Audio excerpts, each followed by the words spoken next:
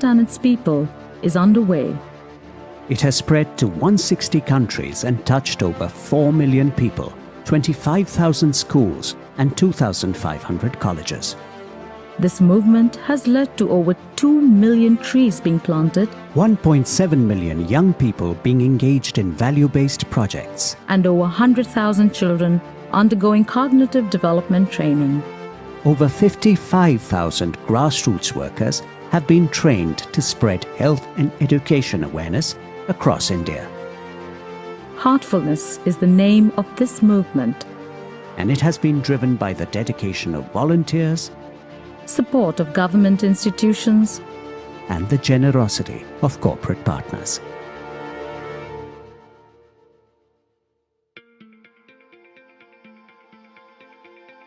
Transformation is natural, but it can be aided by a catalyst. Heartfulness endeavors to be the transformational catalyst that the world needs. Through initiatives in the fields of environment, education, wellness, and sports, Heartfulness constantly strives to effect positive change. Kanha Shanti Vanam, the International Center of Heartfulness near Hyderabad in India, is a prime example of the possibilities when there is a will to bring about change for good.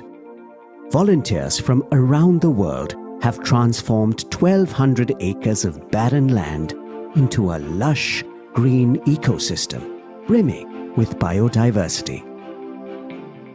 In this campus, you will find large-scale tree plantations, gardens, dense mini rainforests, sewage treatment plants, waste management processes, solar power generation, and rainwater being harvested to create large water bodies. The Forests by Heartfulness Initiative, or FBH, endeavors to replicate the success realized at Kanha Shanti Vanam across the country. FBH has so far undertaken several forestation, lake restoration, and agroforestry projects in association with government organizations as well as corporations. Experts customize plantation and water conservation solutions at each FBH site. Special emphasis is being given to conserving endangered tree species. As Kamlesh D. Patel, the president of Heartfulness, often emphasizes, we must all come together to leave the world a better place than we found it.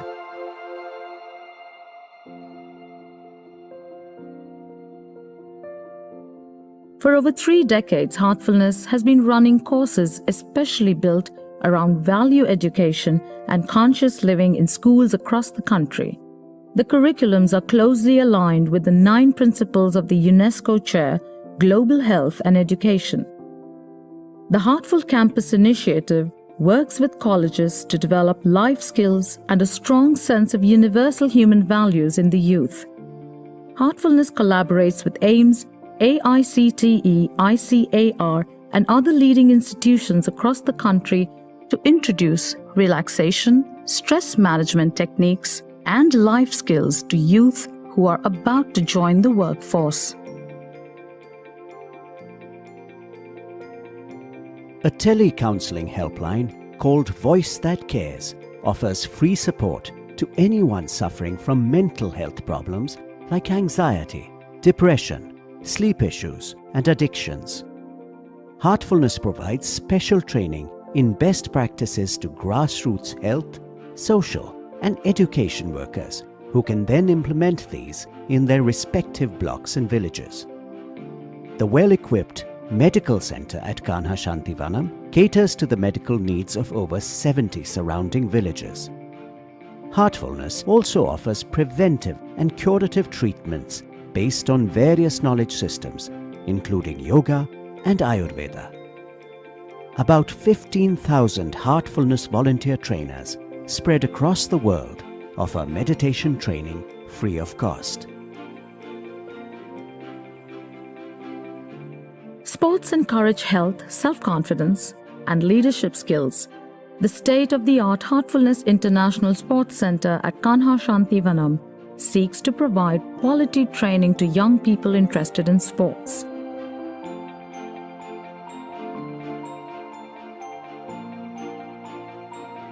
Heartfulness is now embarking upon a project to reforest 2,000 acres of degraded forest land in Shivgarh, Madhya Pradesh. Also underway is the reforestation of the Aravalli Mountains, running 750 kilometers across 3 states. A 105-acre city forest is being developed to serve as an oxygen bank for the city of Ratlam. In education, Heartfulness is collaborating with the government of Madhya Pradesh to implement the value-based curriculum in over 500 government schools. In the sports sector, Heartfulness is supporting the Pan-India Talent Hunt, a part of the Khelo India initiative. Heartfulness has a dedicated team of volunteers. However, all this also needs resources. Together, we can help strengthen this movement. Together, we can touch lives and transform the planet. Together, we can be the catalyst for positive change.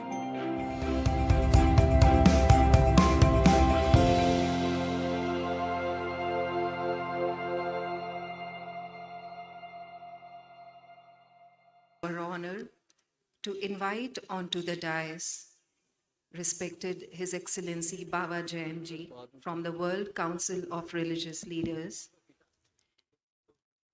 Nilakshi Rajghoa ji from the Baha'i Faith, Peer Zia Inayat Khan from the Inayati Order.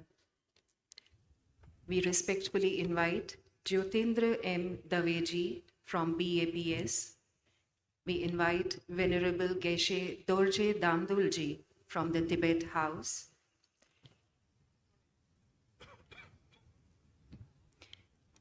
We invite Dr. Joseph Bentel Howell from the Institute for Conscious Being, Shri Dilshah Singh Anandji from the Shiromani Gurdwara Prabandhak Committee, Shri Satbir Singh Khalsa ji from the Harvard Medical College.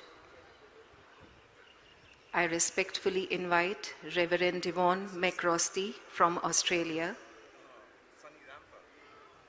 It is my privilege to invite Dr. Tony Nader from the Transcendental Meditation.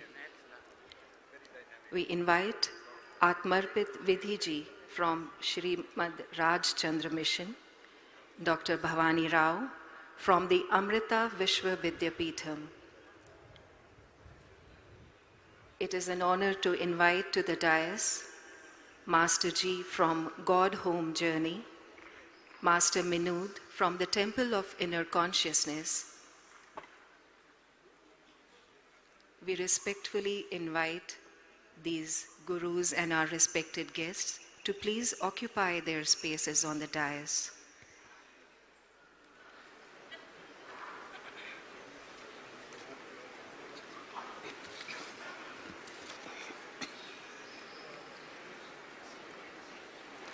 It is a poignant moment indeed, as this grand event, the historic landmark event, were closed today.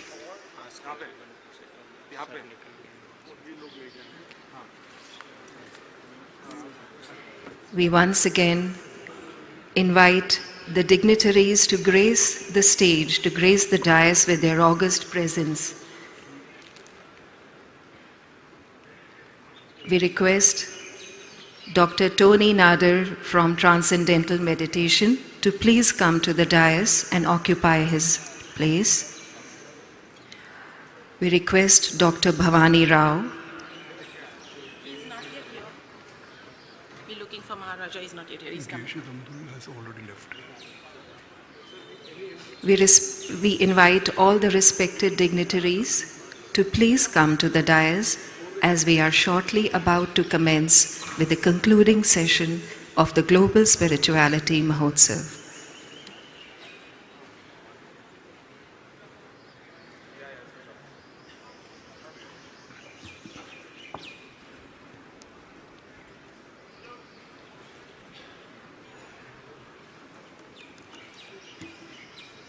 This event has been truly a Mahotsav, a mega celebration of the oneness and unity among all faiths, religions, and spiritual paths.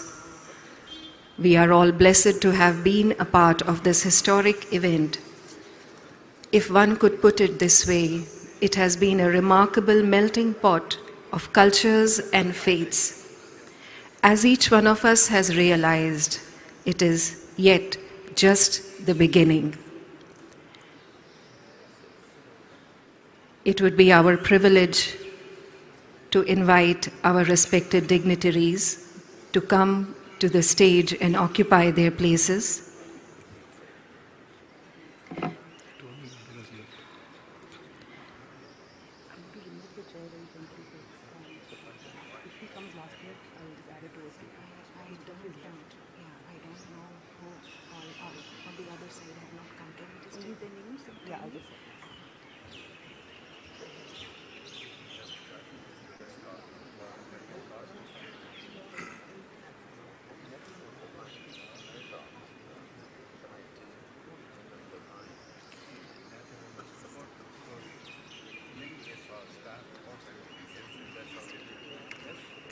We have the respected presence of Brother Raja Louis representing Transcendental Meditation.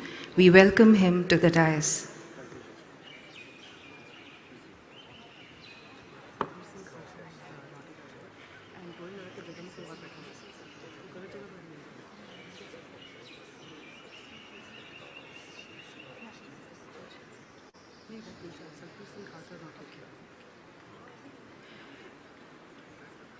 We respectfully invite Satbir Singh Khalsa Ji, Dr. Joseph Bentel Howell, and Dr. Bhavani Rao to please come and occupy your place on the dais.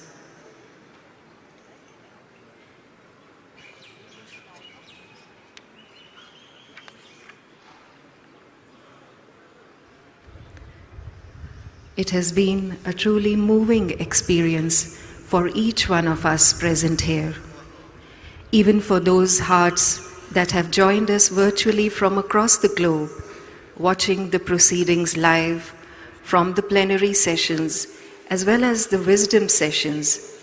Each one of us has come back to us to share that it has been a privilege for each one to be a part of this grand global spirituality Mahotsav.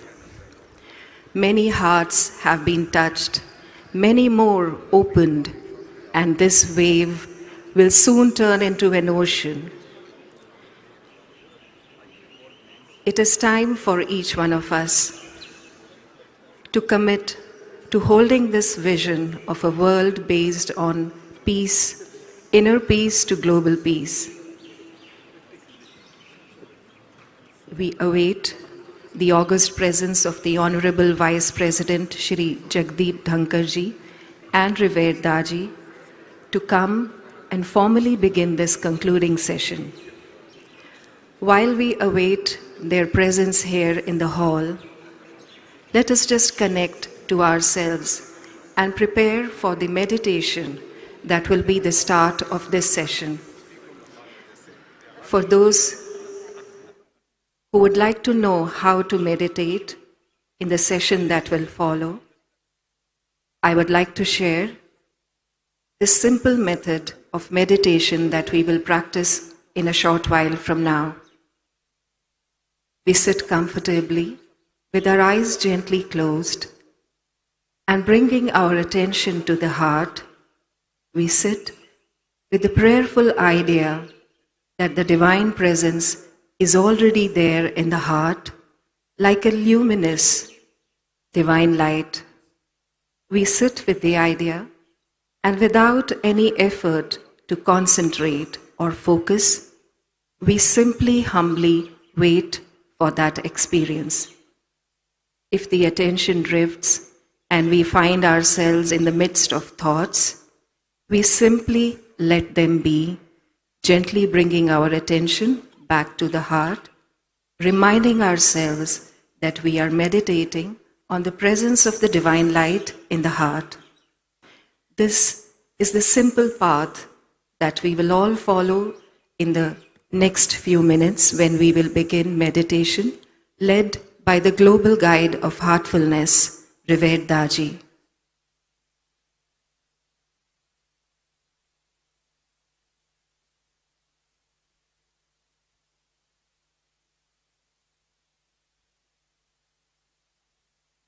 If we take a moment, we could all connect to our hearts. They say that the Lord waits for a heart that is willing and open and longing. We have the august presence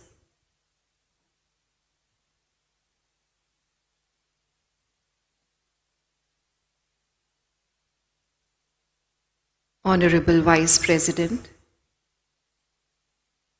is here among us.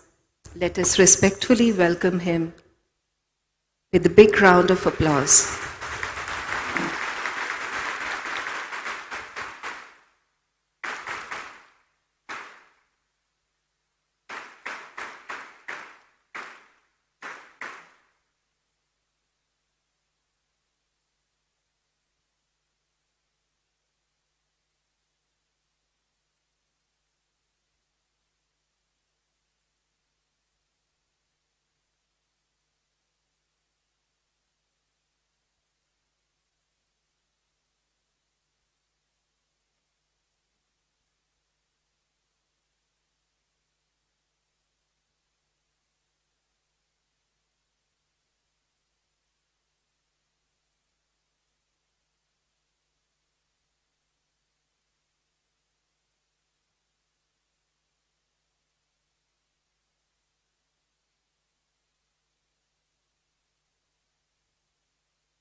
The Global Spirituality Mahotsav has been truly a remarkable melting pot of faiths and paths. As each one of us has realized, this is only the beginning. This beginning is the moment that is the harbinger of a new world based on peace and harmony. For this vision to manifest, it needs the prayers of every individual who truly believes in it. When we will prayerfully hold this intention with purity of heart and clarity of mind and purpose, it will come true. Let us now all together join with a prayerful heart to meditate and pray that this vision of inner peace to global peace may manifest very soon. So let us all now prepare ourselves to meditate with the meditation that will be led by the Global Guide of Heartfulness, Revered Daaji.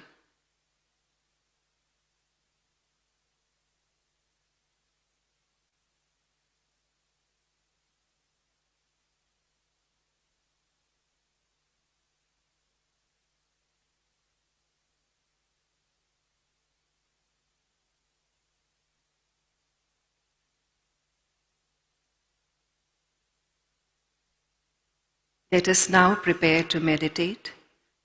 This meditation is being led by Vandana Kothari, who will begin the meditation. So let us all sit comfortably and gently and move through a short relaxation, leading directly to meditation. Let us close our eyes. Take a few long, deep breaths in and relax.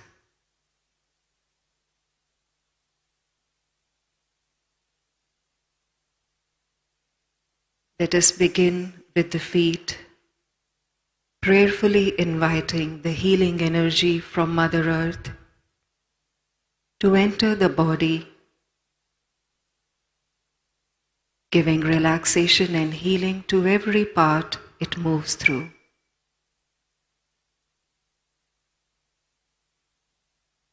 Feel the relaxation in both feet.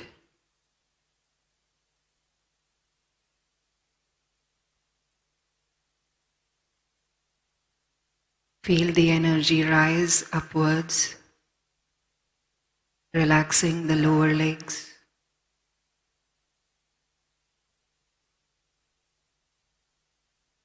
Upper legs.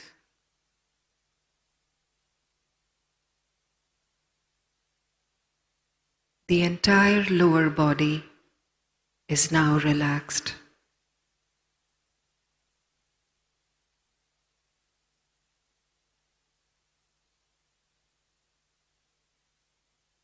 Feel the relaxation in the back,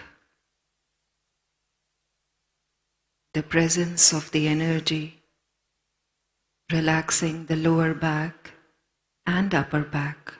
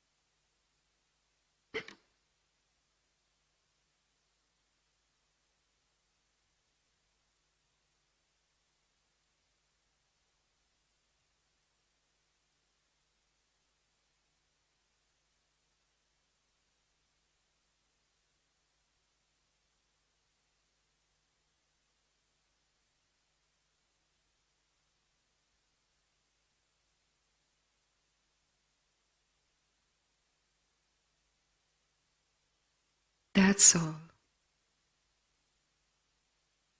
Let us take a few moments with our eyes closed to absorb this feeling.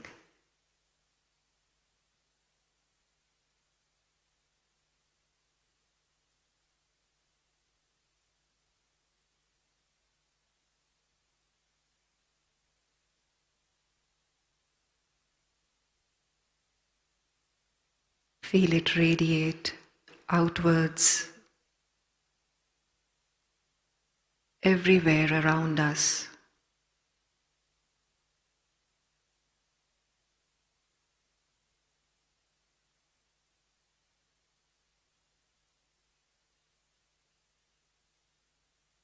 Let us now gently open our eyes.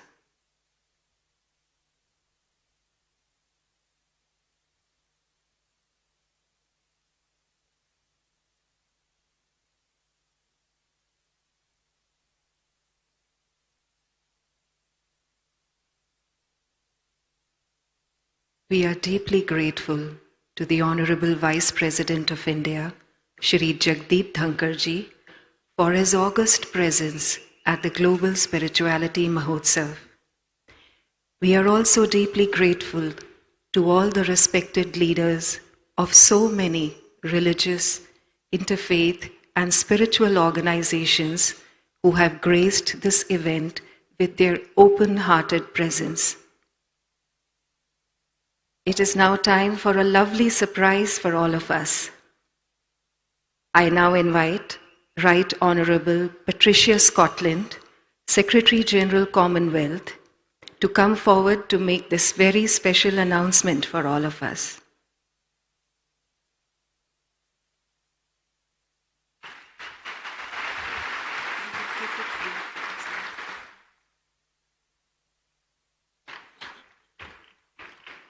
Your Excellency, Vice President Sree Jagdeep, distinguished guests, partners, colleagues, friends, my heartfelt greetings to you all. It is a genuine honor to return to this magnificent place.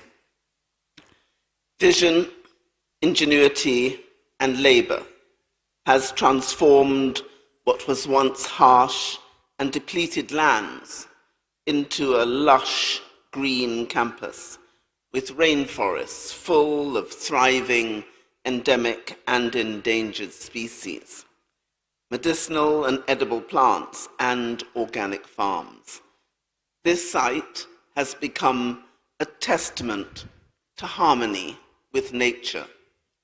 Every step one takes through the Yatra garden and these hallowed halls is an encounter with tranquility and renewal. We stand today in the physical representation of the heartfulness you have been practicing and sharing for so many years. And as we gather here in the month before the 125th birthday of Babakul's, it is a fitting monument to his lasting legacy. That the imprint of his life of humble service, devotion, and love is unmistakable. It echoes in the demeanor of everyone present here, and it is reflected constantly in the vision and leadership offered by our dear friend and brother, Daaji, who has once again welcomed us so gracefully to this wonderful place. The Commonwealth is a family, and we are 56 nations and 2.5 billion people, stretched across 5 continents and 6 oceans, and our collective heart beats with the shared values of peace, understanding, and mutual respect. Daaji, as the guiding force behind heartfulness, you embody these values. Your wisdom, compassion, and unwavering commitment to the spiritual well-being of humanity shines through you and through this movement. Your leadership has nurtured the growth of heartfulness, and in doing so, you have touched the lives of countless people across the globe, across 160 countries and more than 5 million practitioners, with the dedicated support of 16,000 volunteer trainers operating in over 5,000 centers worldwide. Your impact extends far and wide. Heartfulness has become a global force for inner transformation, creating ripples which transcend continents and cultures, sowing seeds of mindfulness, compassion, and spiritual well-being across the world. Your teachings resonate deeply, offering a pathway to peace and self-discovery. And your approach to meditation and spirituality is both profound and accessible, guiding seekers on a journey towards a harmonious existence. This vision has cultivated a heartfulness community centered around love, unity, and mindfulness, offering solace and spiritual nourishment to seekers from diverse backgrounds in an increasingly chaotic world. Your unwavering commitment to service, coupled with your profound understanding of the human heart, creates a legacy of grace, humility, inspiration, and boundless compassion. In our lives, we all try to create and send out our own positive ripples of change. The ripples you have created are vast and lasting. They can build a current which can sweep down even the mightiest walls of resistance and provide us all with constant inspiration. In your honor and in honor of your vision and leadership and of your unwavering commitment to service, as Secretary General of the Commonwealth of Nations, I am proud and honored to bestow on you the title of Global Ambassador for Peace Building and Faith in the Commonwealth.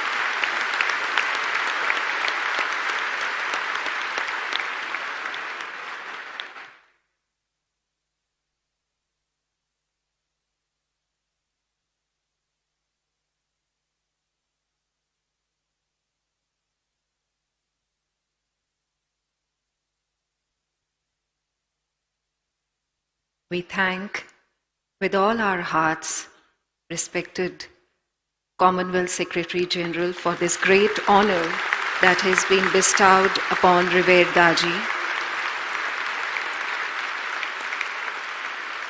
I now invite Honorable Vice President of India, Shri Jagdeep Dhankar ji, to say a few words on this august occasion.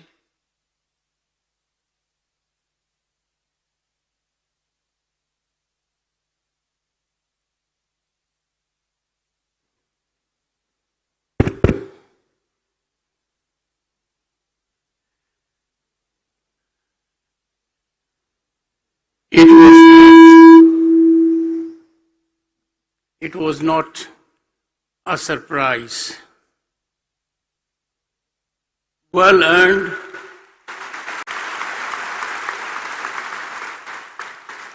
well deserved recognition from the right quarter. Congratulations to Daaji,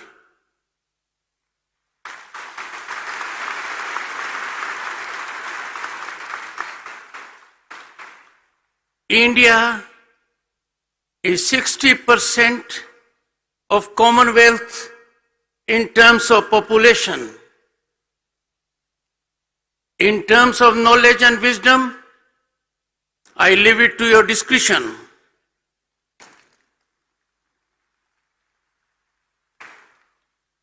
Friends, Right Honourable Patricia Scotland, Secretary General, Commonwealth, I have had earlier an occasion to interact with her.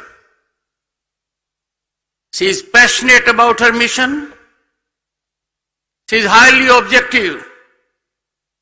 This has been reflected today. Every word is spoken by her about Daaji is a writing on the wall.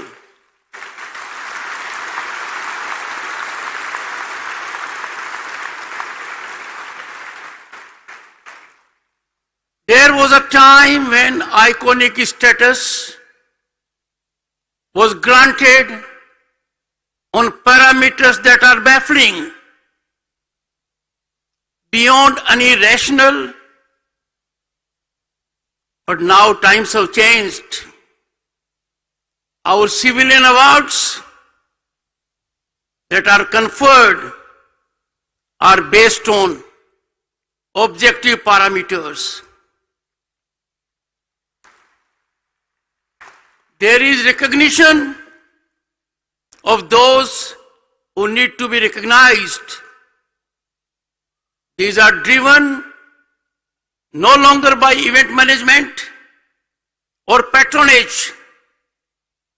It was a gratifying moment when Daaji received a very high civilian award of Government of India, Padma Bhushan.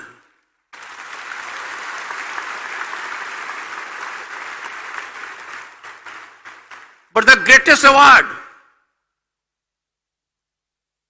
and that is conferred by the people, Daaji. Who made Mahatma Gandhi Mahatma? Who made Netaji Subhash Chandra Neta? People of this country.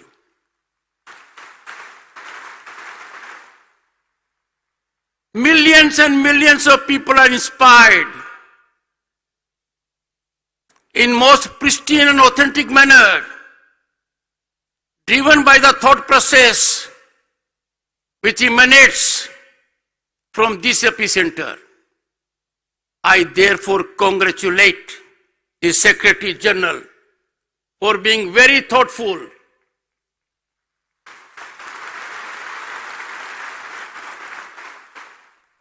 Madam Secretary General, this is a step in the right direction.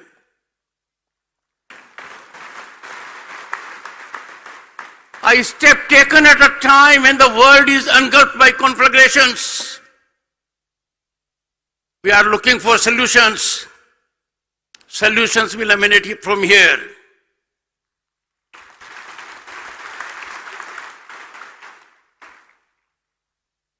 Friends, this is a pleasant surprise to me, more than the surprise I had when I was nominated Vice President candidate. Thank you so much.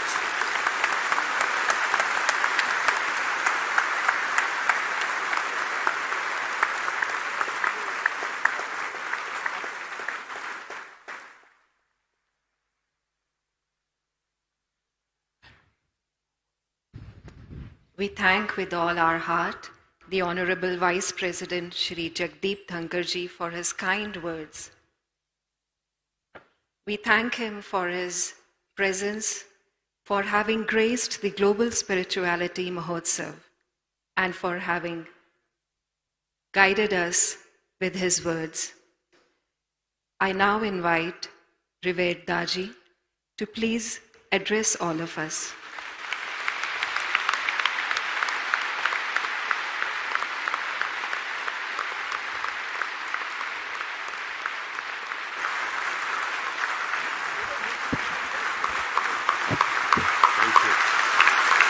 Thank you. Thank you.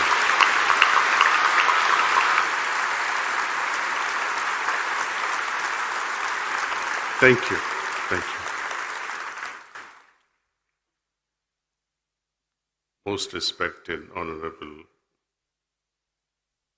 Vice President of India, dear Jagdeep Dhankarji,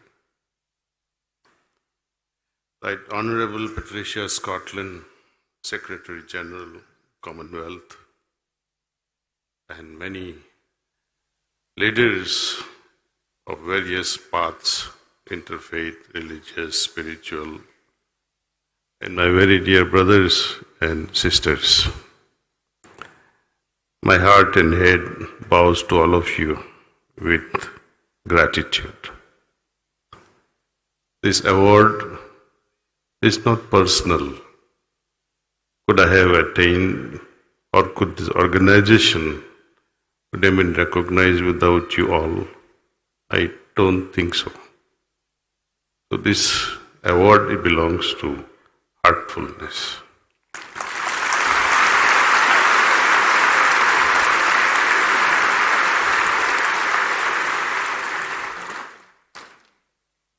And to the guiding force behind all this, the hierarchy of masters.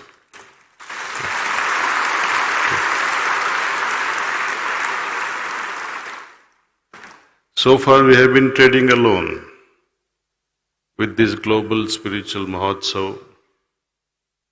Many of the spiritual leaders, including Maharishi's Transcendental Meditation, TM, headed by Maharaja and multiple Rajas in this organization, Brahmakumaris, to name the few. There's a whole list of almost 300 spiritual organizations. Imagine if one organization can do, and all coming together, each organization having ocean of abhyasis coming together, what we can all achieve together. It will be a wonderful moment to witness each one in harmony, interacting with love, respect, trust, honor. The world will change. Gods and angels from above will love to descend on this planet and say, look at this humanity, they have created heaven. Is it too much? I don't think so. It's very easy, provided we want to have it. Just little interest. Very simple little interest is required. Close your eyes only for 5 minutes in the morning, 5 minutes in the evening, center yourself, invoke God's grace, and see what all He can do through us. We pray with all our hearts, may this land, may this Mother Earth really become a heaven. Thank you, thank you, thank you, thank you.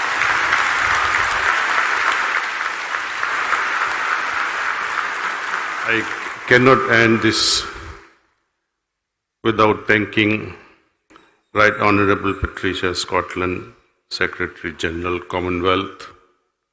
Thank you, and whatsoever you like to do in your territories, do us summon. We are ready, isn't it? Thank you. Thank you.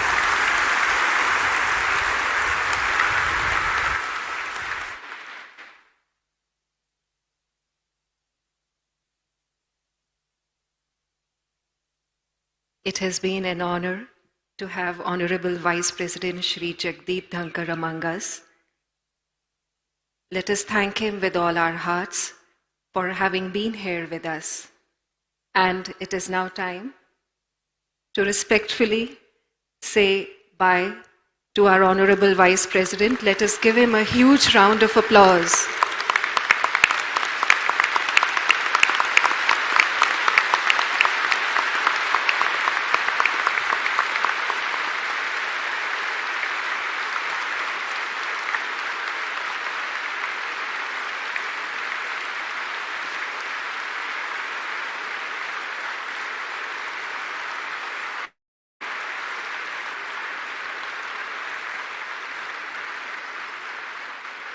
We now continue with the morning session.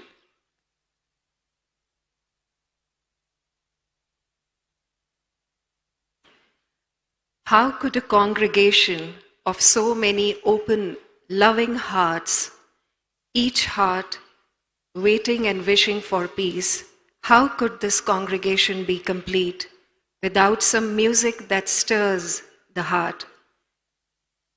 It is now time for a heartfelt musical rendition by Brother Charanji.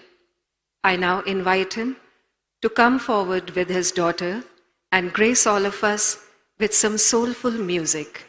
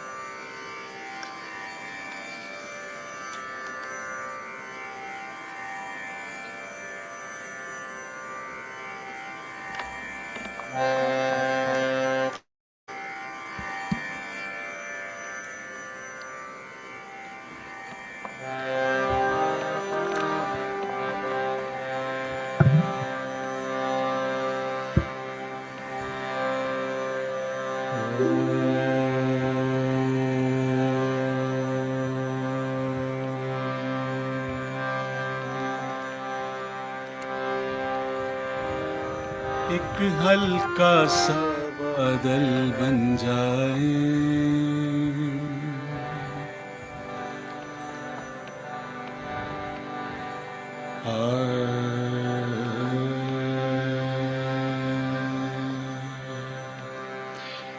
Global spirituality महोत्सव में शामिल सभी बहनों और भाइयों का मैं हार्दिक तौर पे धन्यवाद करता हूँ। सभी गुरुजनों का, संत जनों का, सभी संस्थाओं का हार्टफुलनेस की तरफ से धन्यवाद करता हूँ। जिन्हें हम देख सकते हैं उनका भी धन्यवाद, जिन्हें हम नहीं देख सकते हार्दिक तौर पे उनका भी धन्यवाद। और ये special bhajan whispers from the brighter world के मैसेज से इंस्पायर होके जो मालिक की कृपा से मेरे हृदय में आया, मदर हेलन पेरेट बाबूजी महाराज से बात करते कहती हैं कि मुझे ऐसा फील होता है कि मैं हल्के से बादल की तरह हो गई हूँ और मैं उड़ती जा रही हूँ। और ये भजन लिखे हुए, बनाए हुए मुझे 3-4 साल हो गए, पर आज गुरुदेव के सामने, आपके सामने प्रस्तुत करने का मौका मिला है। मैं इसे आरंभ करता हूँ।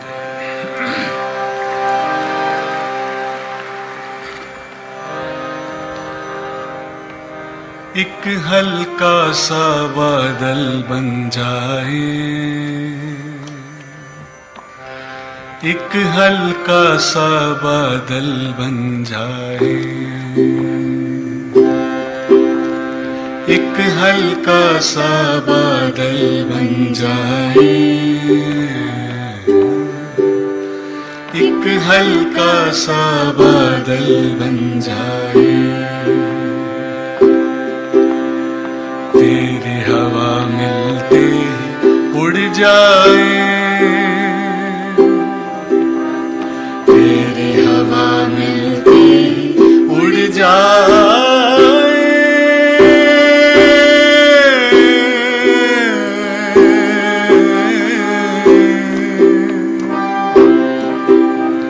कैसे भी हो रास्ते पर रुकना नहीं है,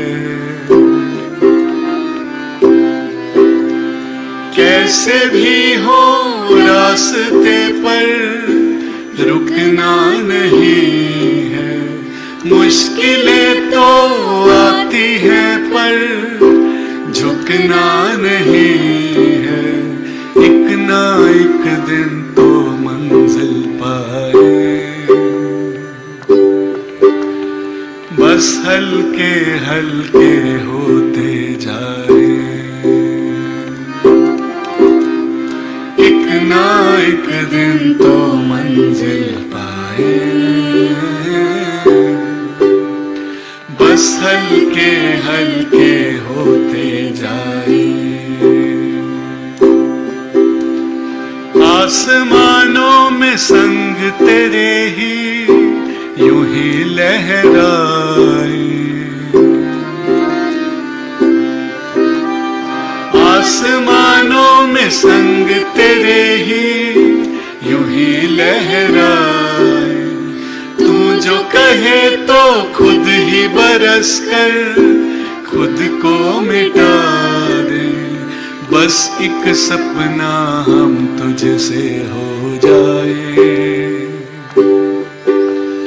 हम तुझ में बस तुझ में लय हो जाए, बस एक सपना हम तुझसे हो जाए, हम तुझ में बस तुझ में लय हो जाए, लय हो जाए, लय हो जाए, लय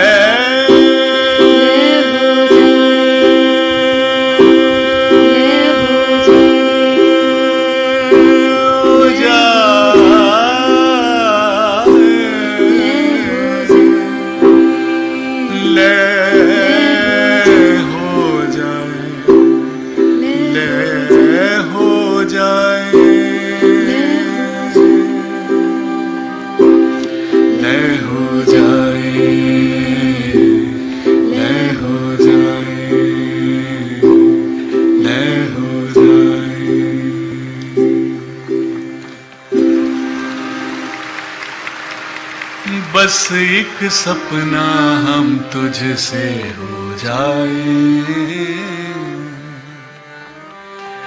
हम तुझ में बस तुझ में लय हो जाए, लय हो जाए, लय हो जाए।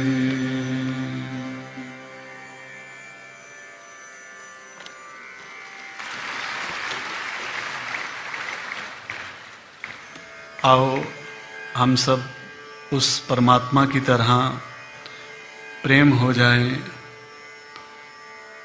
हम सब एक हो जाएं और उस एक में समा जाएं। मैं अगला भजन आपके सम्मुख रखता हूं।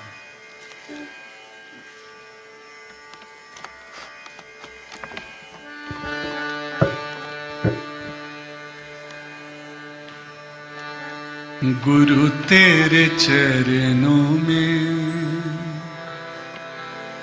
स्वर्ग पा लिया है। वो अपने सीने में हर एक का दर्द रखते हैं।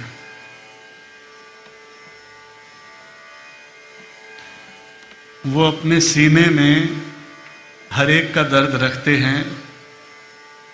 बेखबर बन के मेरे साहब, बेखबर बन के मेरे साहब सबकी खबर रखते हैं।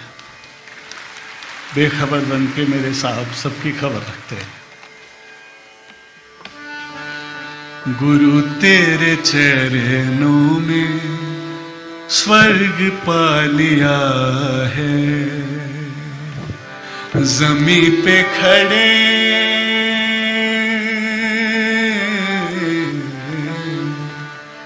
जमी पे खड़े आसमां पा लिया है। गुरु तेरे चरणों में स्वर्ग पा लिया है। गुरु तेरे चरणों में स्वर्ग पा लिया है।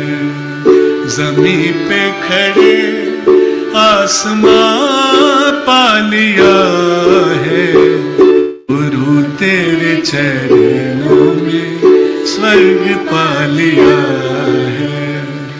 गुरु तेरे चरणों में स्वर्ग पा लिया है।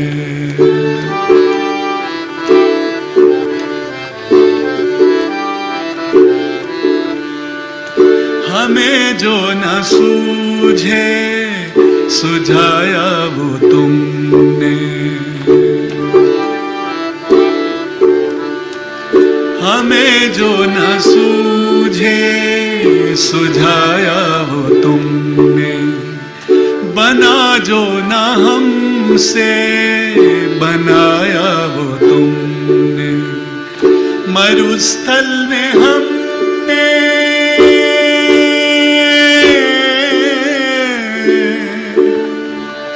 मरुस्थल में हमने चमन पा लिया है। गुरु तेरे चरणों में स्वर्ग पा लिया है।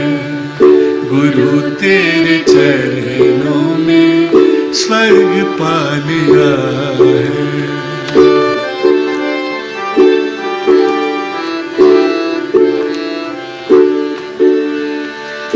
अंधेरा मिटा कर प्रकाशित किया मन।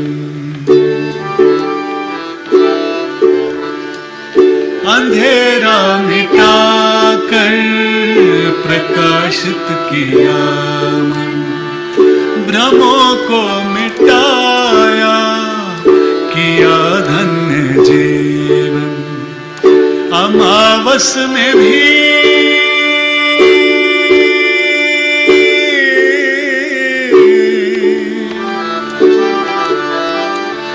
अमावस में भी चंद्रमा पा लिया है। गुरु तेरे चरणों में स्वर्ग पा लिया है। गुरु तेरे चरणों में स्वर्ग पा लिया है। हमें अपने जैसा प्रेमी बनाकर। हमें अपने जैसा प्रेमी बनाकर। हृदय में ही रखना अपने छिपाकर। तुम्हें जो है पाया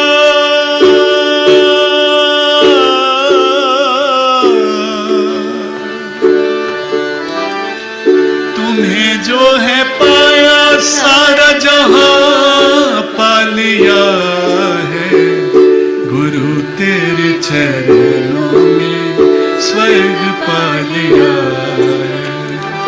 गुरु तेरे चरणों में स्वर्ग पा लिया है, जमीन पे खड़े आसमां पा लिया है, गुरु तेरे चरणों में स्वर्ग पा लिया है, गुरु तेरे चरणों में स्वर्ग पा लिया है, गुरु तेरे चरणों में।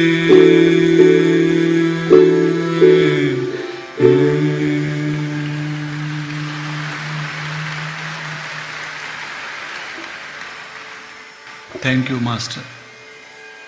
ओम तत्सत।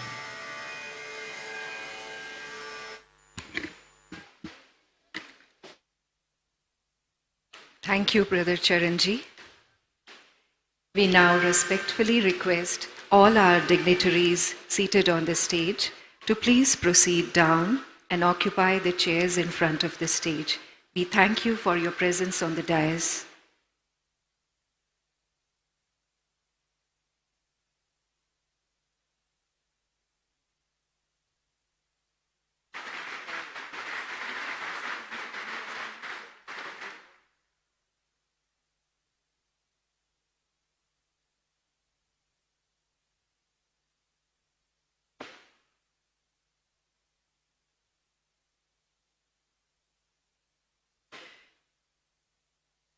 We will now be moving towards the plenary session for today.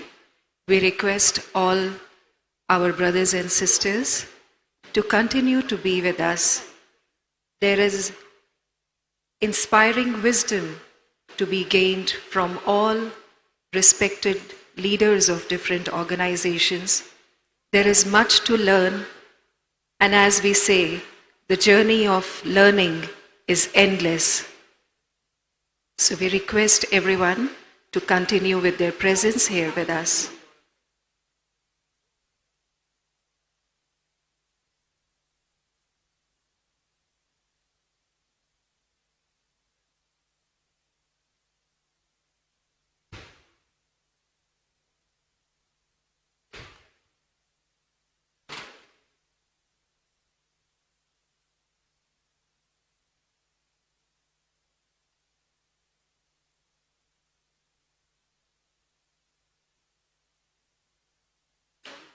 Having interacted with many of the brothers and sisters who have come for the World Spirituality Mahotsav, there was one common thread among each experience that was shared.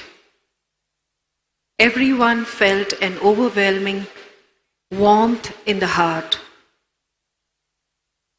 It goes to say that when hearts are open and each individual has the common purpose of peace, from inner peace to global peace, this was bound to happen. Even as we sit here, we feel this incredible sense of peace wash over us.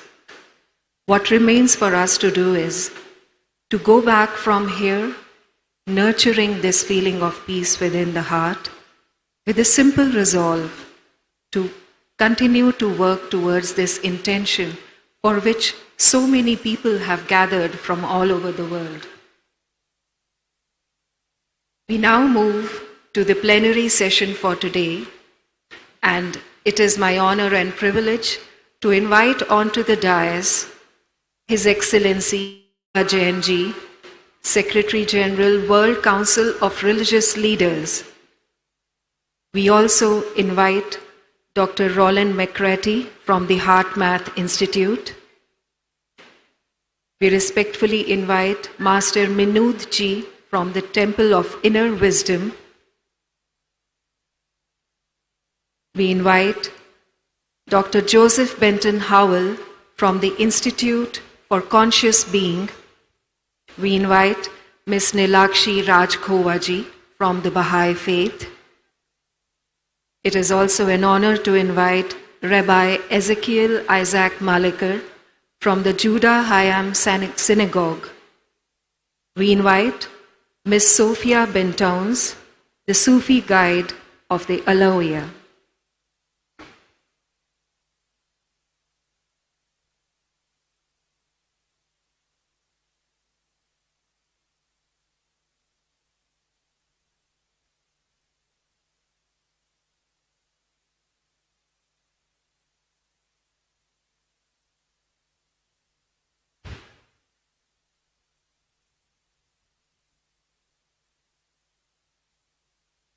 As it has been said in the Vedas,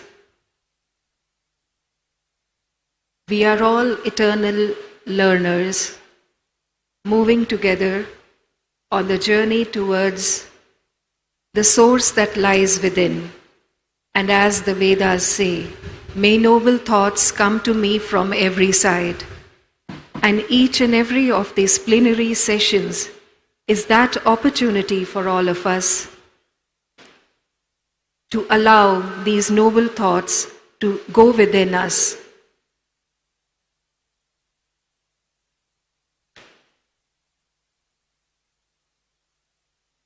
As we await the presence of the speakers for today's plenary session, let us all take a moment to also make our notes that will help us carry this wisdom forward to the centers, to the places from which all of us have gathered here at the Global Spirituality Mahotsav.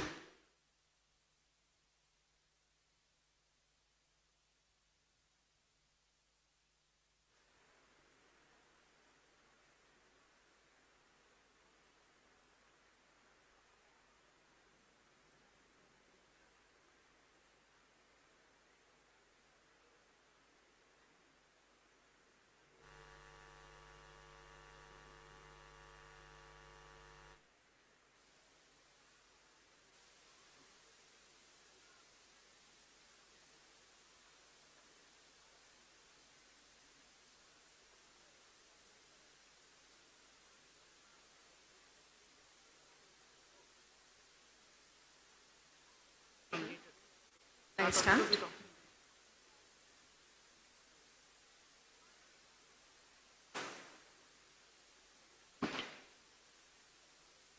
Let us now begin with the plenary session for today. This interfaith dialogue serves to give us further direction on how to proceed from inner peace to global peace. It is our absolute privilege to now invite to the podium His Excellency Baba Jogi. He is the Secretary General for the World Council of Religious Leaders, having presided at the 2000 Millennium World Peace Summit of Religious and Spiritual Leaders. His Excellency Baba Jogi co-founded the religious initiative of the World Economic Forum. He is also the founder of the Gandhi King Award for Nonviolence. He launched the World Council of Religious Leaders Religion One-on-One initiative. We are grateful for his presence and now invite His Excellency Baba Jogi to share his thoughts and vision with us.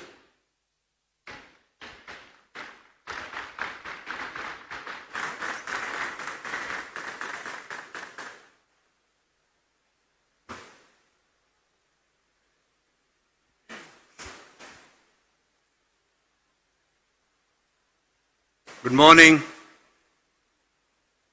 I guess nobody feels this is a good morning. I don't get any response. Good morning. Now I see everybody is here. I didn't expect to speak now, even though I was invited as a keynote speaker, but I think I was communicating to you more in silence than by words, because I think silence is the language of the heart.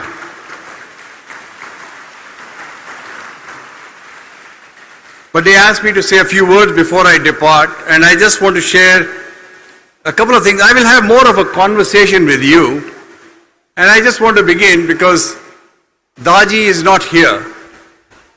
My brothers and sisters, as I see the way you all greet each other, what a lovely way. I want to ask anybody, maybe on the dais or here, what is the greatest blessing that you can receive in your life? Any volunteers? Anybody want to venture what's the greatest blessing you can receive in your life?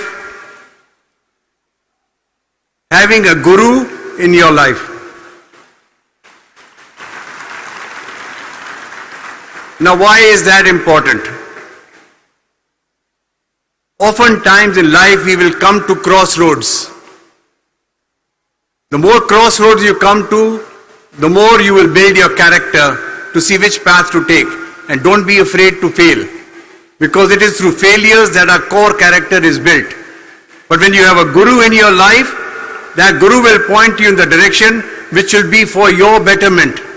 So you are blessed to have a guru like Daaji in your life. I did not know Daaji before.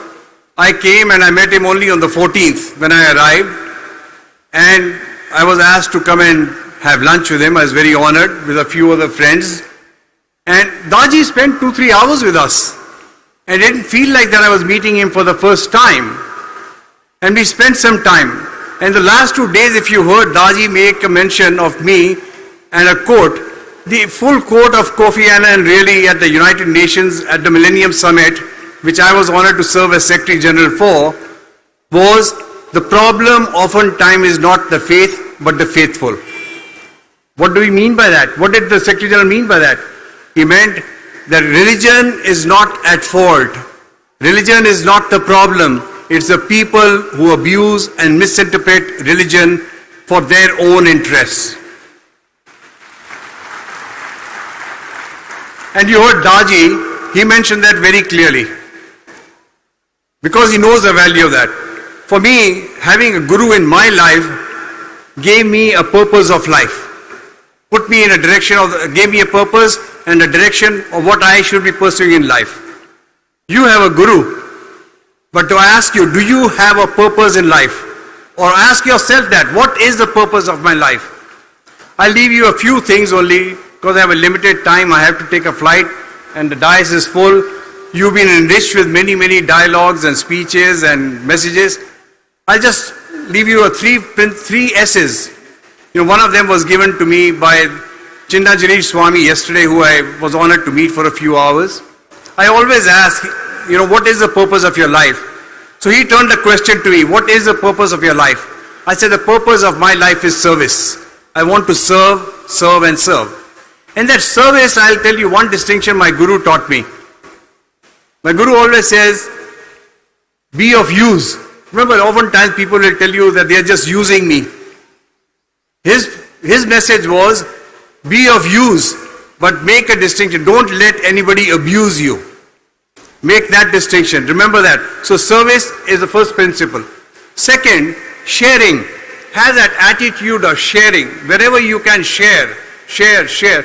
Because the greatest joy is in sharing, not in just receiving. The third, which is intrinsic to the Hindu ethos and the Vasudev Kutumbakam, is sacrifice. Life is about compromises. The reality we live in is sacrifice, sacrifice, sacrifice. Why? For the betterment of one's own self. To detach from one of our biggest enemies. And I would have asked the Honorable Patricia Scotland this, because I'm a buff of the English literature.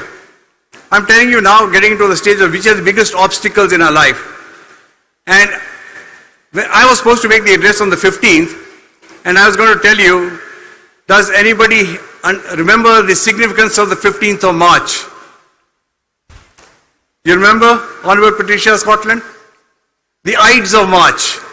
I'm a Shakespeare buff. I won the literature prize in my school. And why do I want to remind you of the Ides of March? It was a soothsayer who had told Julius Caesar that beware the Ides of March. Ides of March came, Julius Caesar marching, and he looks at this soothsayer and he scorns at him. He says, Ides of March have come, I'm here, nothing happened to me. And what does the soothsayer say?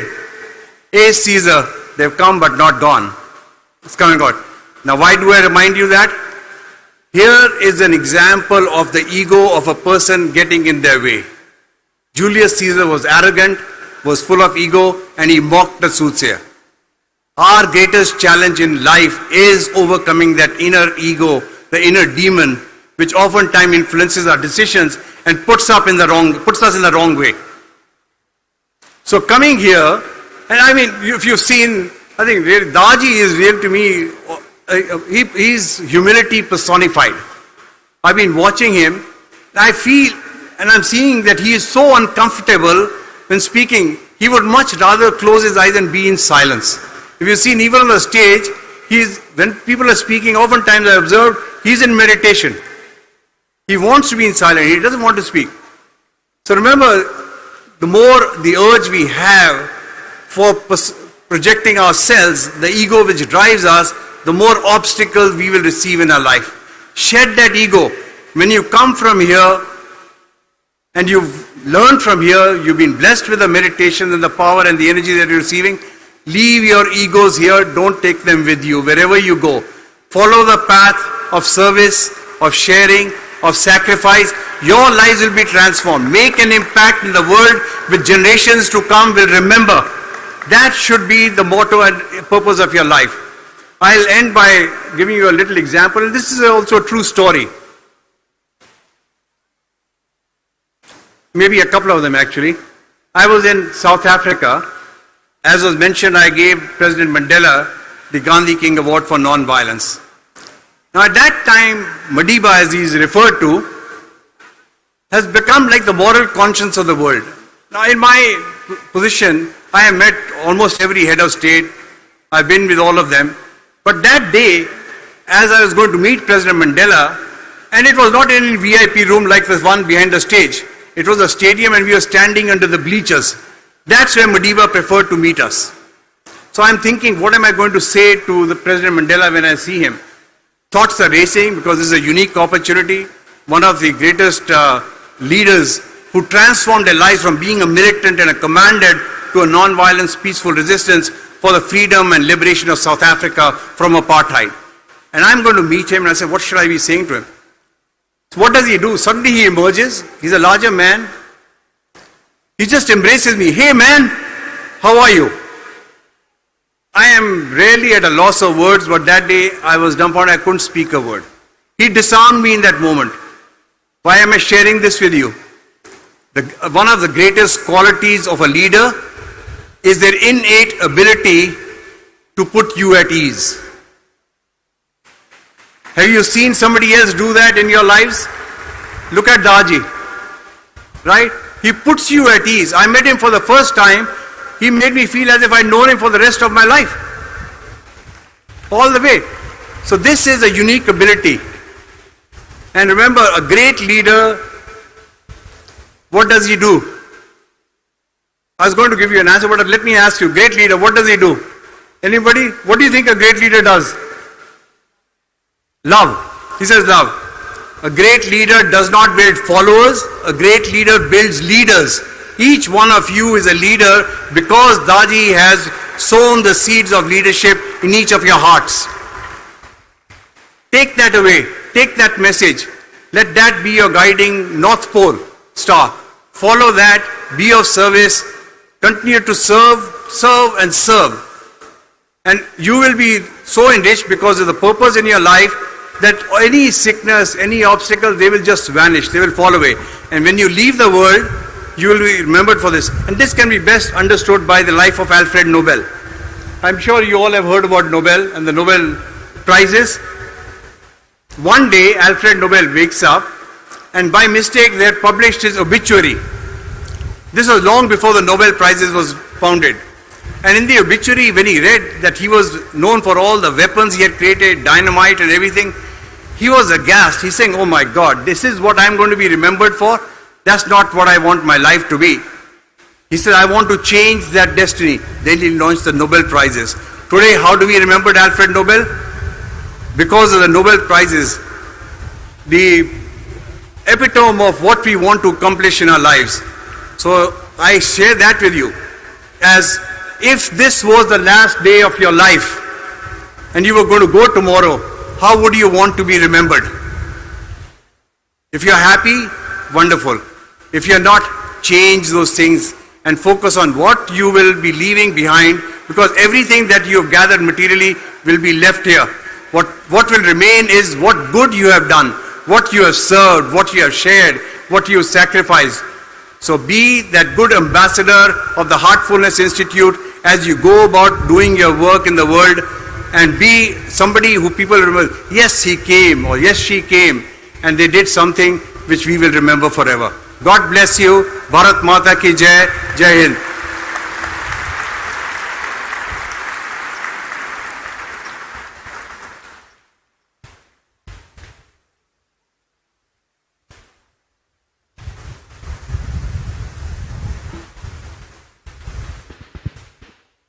Thank you very much, Your Excellency Baba Jogi.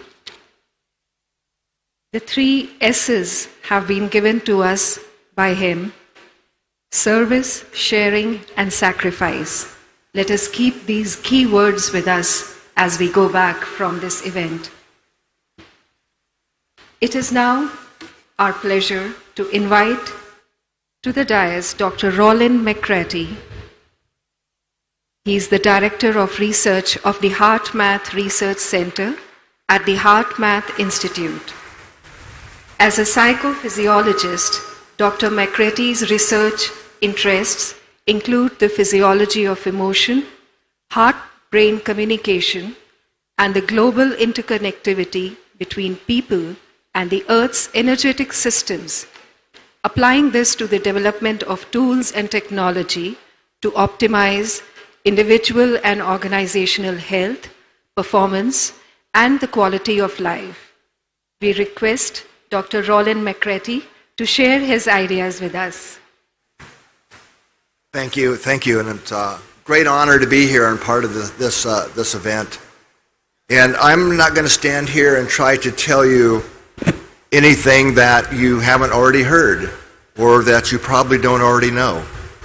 But I am going to try and tell you the same thing in a different language, the language of science, which is my field. I'm as she said, the Director of Research for the HeartMath Institute.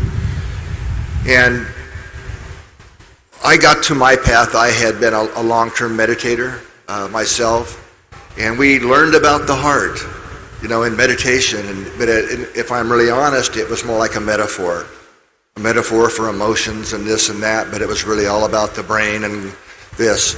And I even had gotten a degree in consciousness studies. And then I had the great fortune to meet the founder of HeartMath, Doc Childrey. And then I was introduced to the real heart, the deeper heart that it's really all about. And I was fortunate to be able to help him found the HeartMath Institute. And a few years into that, he invited me to found the HeartMath Research Center. He said, we have to do real rigorous scientific research, because this is the new language for so many people in the world. It's the language of science. And if we're really going to help introduce the world to get in their hearts and brains in sync, we need that type of work. So over the last 30 years, I've had the great fortune to really make a lot of scientific discoveries that really validate, I think, what we already know and believe to be true. We started out by looking at how emotions affect the body, the physiology, and we're measuring brainwaves and hearts and all these things in the lab. And what we found was really profound, actually.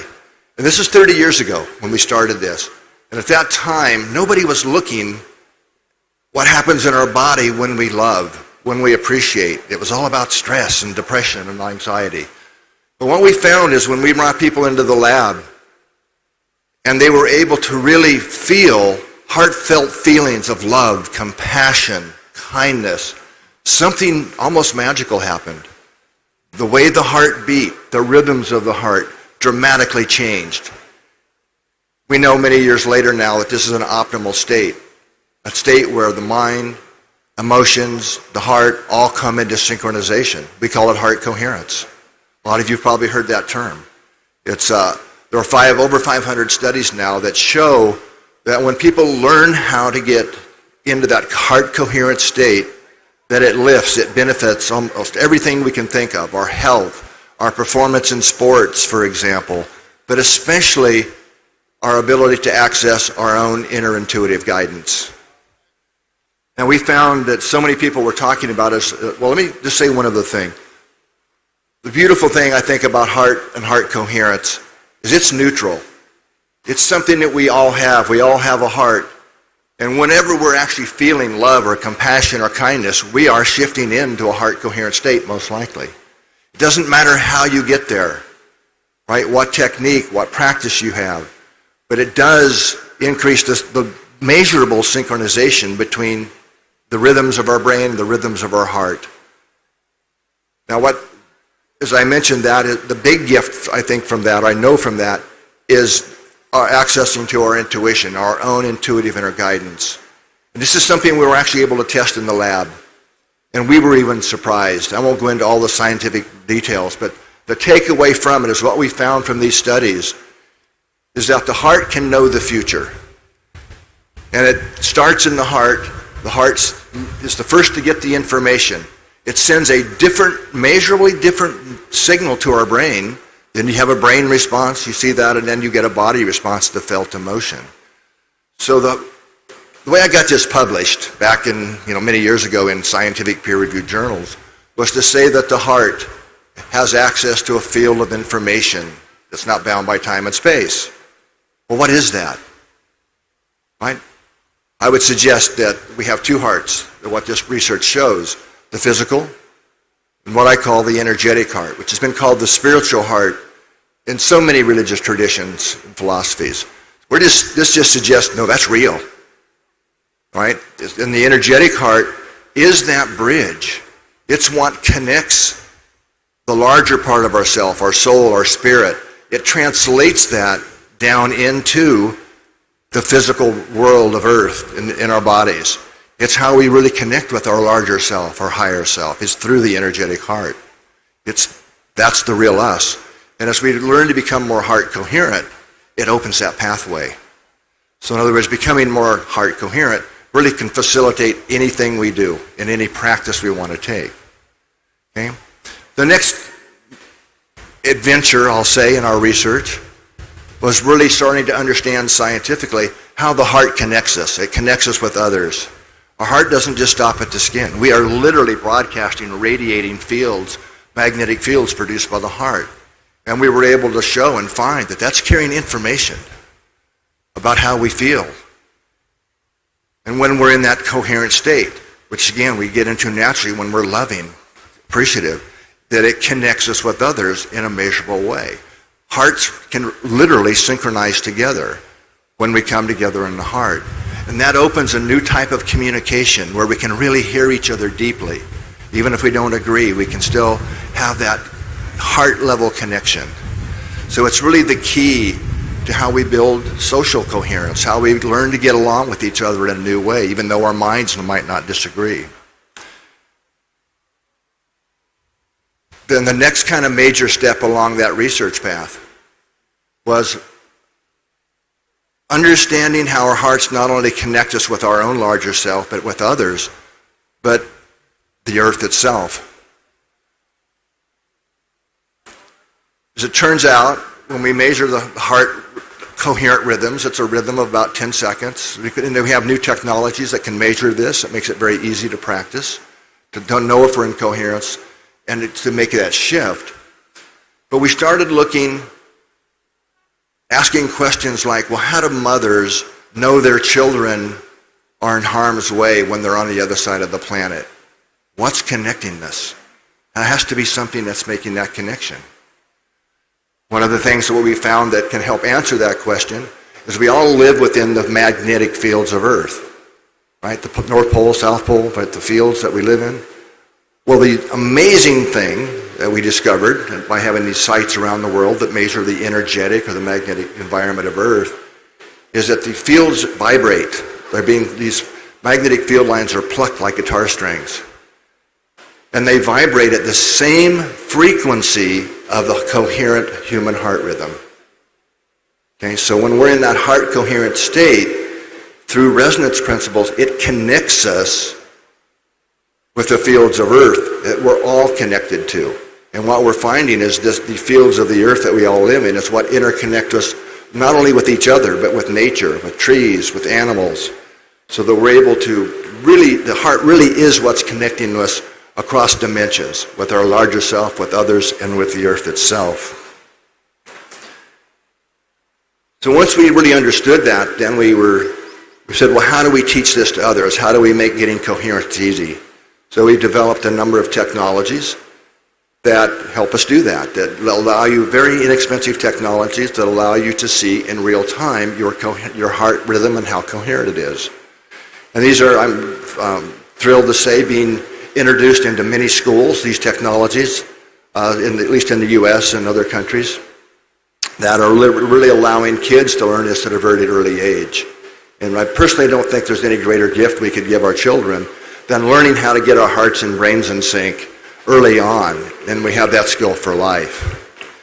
Now, when we look at the global field that I'm talking about, we have new technologies where we can measure that. Again, I don't have time to go into it, but here's the takeaway. What we find is when we come together at events like this, or events, and we get into that coherent state, in other words, when we add love and compassion, and we intentionally radiate that into the field environment, the earth, the field environment, it's measurable. And love is by far the most powerful energy or frequency of bringing a type of coherence into the planetary field. We can measure this now.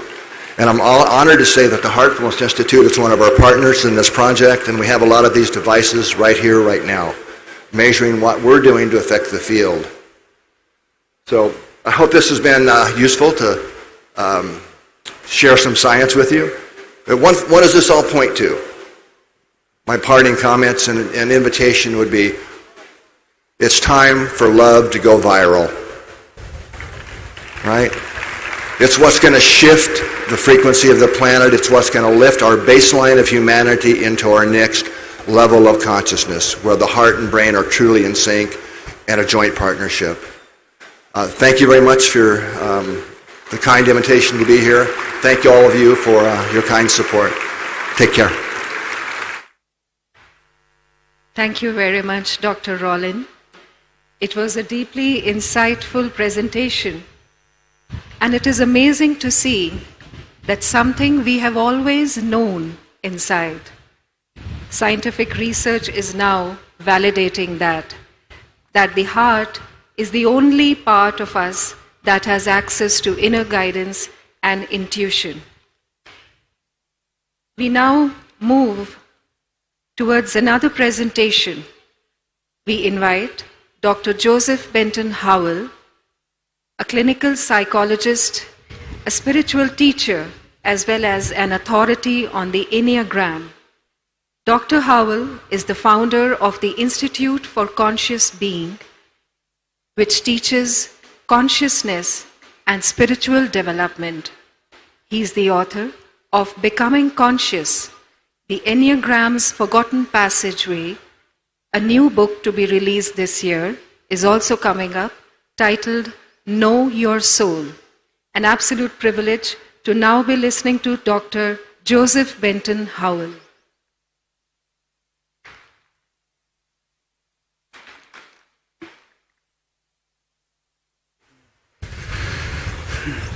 What a privilege it is to have my heart coherent with your hearts.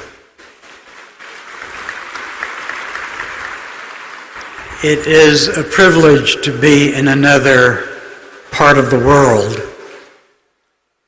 It is a privilege to be in a society where I am greeted by namaste all the time.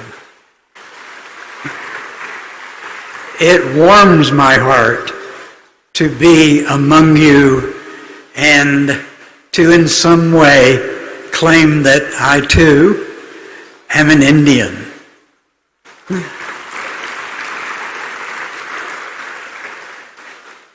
For a moment, if you will do this for me, if you will just gently close your eyes and picture in your mind's eye the home, the dwelling, the apartment, the house in which you spent the earliest parts of your life. Now look at that dwelling. You were 1 year old, 2 years old, 3 years old, maybe 4. And as you look at it, Look at the windows and the doors. Look at the color of it. And now, look at where in those environs that you most played. Was it on the grass? Was it in a playground there? Was it in your private garden? Was it in a common area of an apartment house? And as you picture this in your mind, I would like for you to look at the little being who is you playing in those places. Look at that beautiful little child with expressive eyes and with excitement, with tenderness, with vulnerability, with awe, with surprise, and only two wishes: to love and to be loved. Hold me and let me hold you.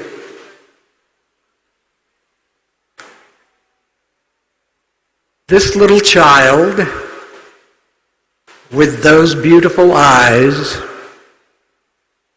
is sitting in that playground or that yard or that garden, and it is full of hopes for what life is to be. And it radiates that hope. Sadly, that little child our soul child, has to go under a crust because the demands and harshness and woundings of this world will not allow that precious innocence to survive in all of its purity. And so, by age 5 or 6, sometimes 7, we have put on a layer of protection, and it has been called our ego. And we must have an ego. It gives us an image. It gives us a way to move through the world. It gives us protection from the wounds that our little vulnerable self could not bear. And as this child grows, the ego grows with it, with you and me. We became a defensive personality that we said to the world, you can't hurt me because I'm powerful, or because I am okay, or because I am right, or I'm giving. We decided what our strategy for our ego was going to be. And then by midlife, and for some of us much sooner, there's a shock point. And that shock point takes us into a land of pain and suffering. Because we realize that that ego never did have a way to successfully block us from pain, suffering, shame, anger, alienation. When we were teenagers, we were searching for an identity. And instead of going back to our soul child, we found our identities in groups. And now, so many are finding their identities in social media. What a false self that we are presenting for our children to embrace. So, what is it that we can be if we cannot be our ego? We can be our ego and continue to suffer. But who is it that we could be that brings hope again, that brings love again, that brings light again? And the answer is, it is our soul. And the soul now has a purpose and a meaning and a way, with the ego's help, to have it protected. Because the ego now can serve the purposes of the soul. So I'd like to tell you, how do we find the qualities of our soul again? Well, in my tradition, the great teacher Jesus Christ said, "You cannot enter the kingdom of heaven unless you become as a little child." And in my opinion, we have got to return to our own first identity, which is our true nature. And that's found in the little being you saw in that yard or playground just a few minutes ago. So right now, close your eyes again, and I'd like for you to picture that child one more time. Look into her or his eyes. See that purity, that beauty, that willingness to love and be loved. Now, feel the heart of that child. And now, if you will, go to that child and sit by them and put your arms around that little being and put your hearts together and let them beat in coherence. Join with your soul so that your life can face any shock point and do it with dignity and compassion and holy strength and holy faith. Thank you.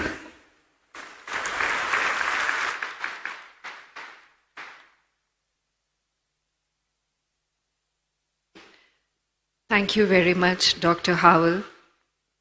Thank you for reminding us that we cannot enter the kingdom of heaven until we become like little children with innocent hearts ourselves. It is now our privilege to invite, to present to all of us, Ms. Nilakshi Rajkhova, Director, Office of Public Affairs of the National Spiritual Assembly of the Baha'is of India.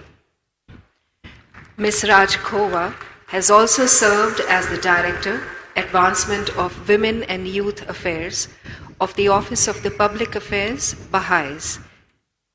Over to you, Ms. Rajkhova. Thank you.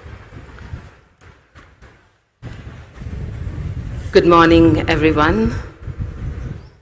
First of all, I would like to extend heartful greetings on behalf of the Baha'i community of India to each one of you.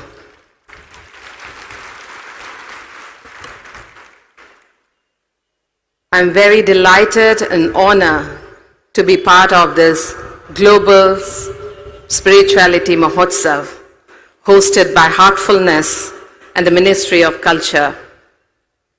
Thank you for bringing us all together under one roof.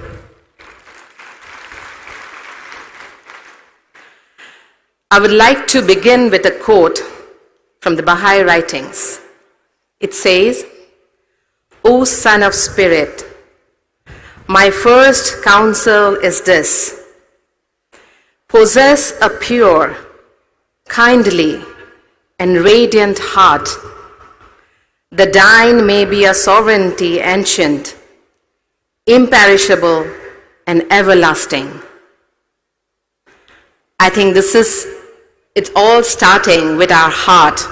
And what heartfulness is trying to do is unlock the hearts of everyone so that we can embrace love, unity, compassion, and break our barriers of caste, religion, gender.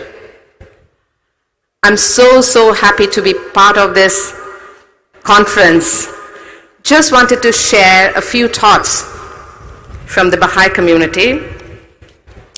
Friends, we have seen that there are many factors that contributing to keeping India together as a nation.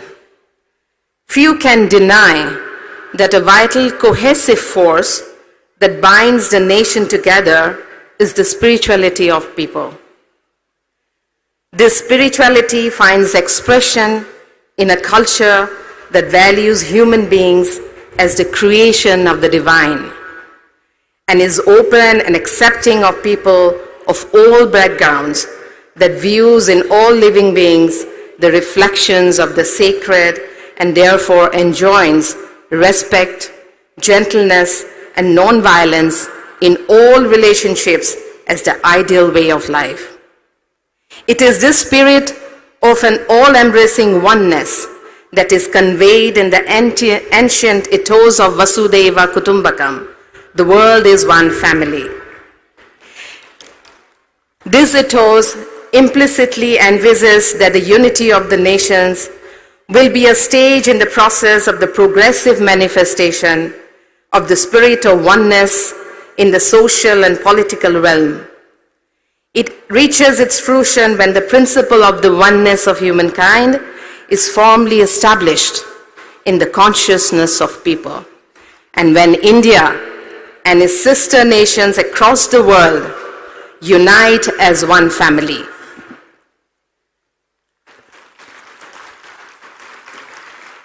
Over the past few decades, there has been a worldwide resurgence of religious fundamentalism.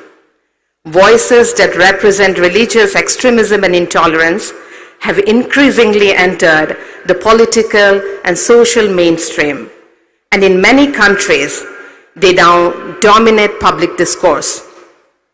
This has created an atmosphere of confusion around the concept of religion, where its unifying and constructive role has been steadily obscured by the tendency to view it solely through an identity lens. India too has not become immune to it, and these challenges come at a time of a great uncertainty in world history, when the need for internal unity is vital to successfully navigate the waves of present and impending crisis that can gravely undermine the nation's progress, including the global pandemic, increasing geopolitical stability and war, economic recession, climate change, terrorism, and global food and energy crisis. The need of the hour then is for a constructive dialogue, a discourse involving leaders and representatives of all religions in India on the role of religion in contributing to social harmony. The ground for such a discourse must be laid by clarifying the fundamental nature and purpose of religion as a system of knowledge and practice, and common foundations of all religions. Such a discourse must show a practical path forward for inter-religious collaboration in contributing to the progress of our nation. Preserving these traditions of inter-religious fellowship and perpetuating them requires efforts from individuals, communities, religious leaders, and institutions of society as the media, education system, and the state. However, such efforts can close in on themselves if inter-religious unity is considered an end in itself and is not viewed in the context of society's needs at this moment in history. Unless united communities are driven by a common objective to contribute to the transformation of society and to ever-increasing material and spiritual prosperity, unity can become a pretext for passive conformity with the status quo, with all its attendant challenges and injustices. The most secure basis of interreligious harmony would thus lie in religious communities coming together to apply spiritual principles common to all religions, for building a more united, just, and prosperous world.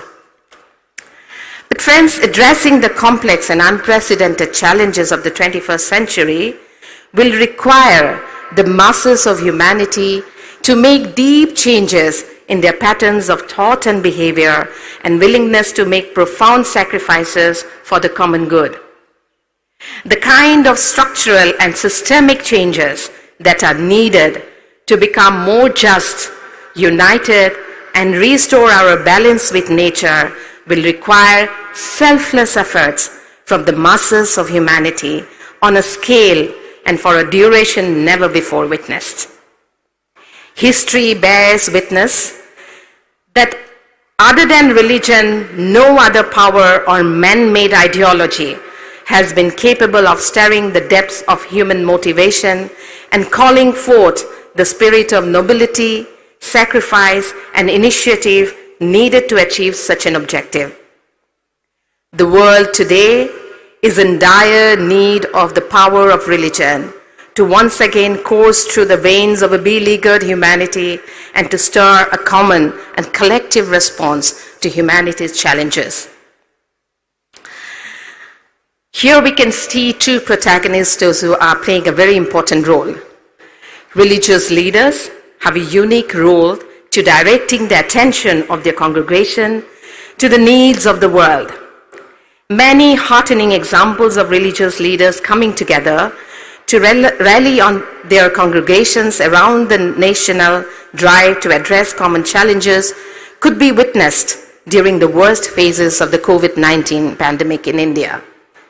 25 religious leaders and representatives of Indian interfaith movements in India issued a joint statement to the followers of all religions in India to reiterate those principles common to all religions that have the greatest bearing on people's response to the crisis. The statement, which was issued as an initiative coordinated by the Baha'i community of India, called upon adherents of all religions to unite in a common commitment to 4 spiritual principles that have the most relevance to this crisis. And I think it's still relevant to these current challenges that we all are facing. Recognitions of the oneness of religion, the oneness of humankind, selfless and sacrificial service to the common good, and the complementary between science and religion. Although this was a modest effort, it illustrated the tremendous potential for positive social change that resided in the untapped spirituality of the masses, which faith leaders could come together and channelize for the well-being of all.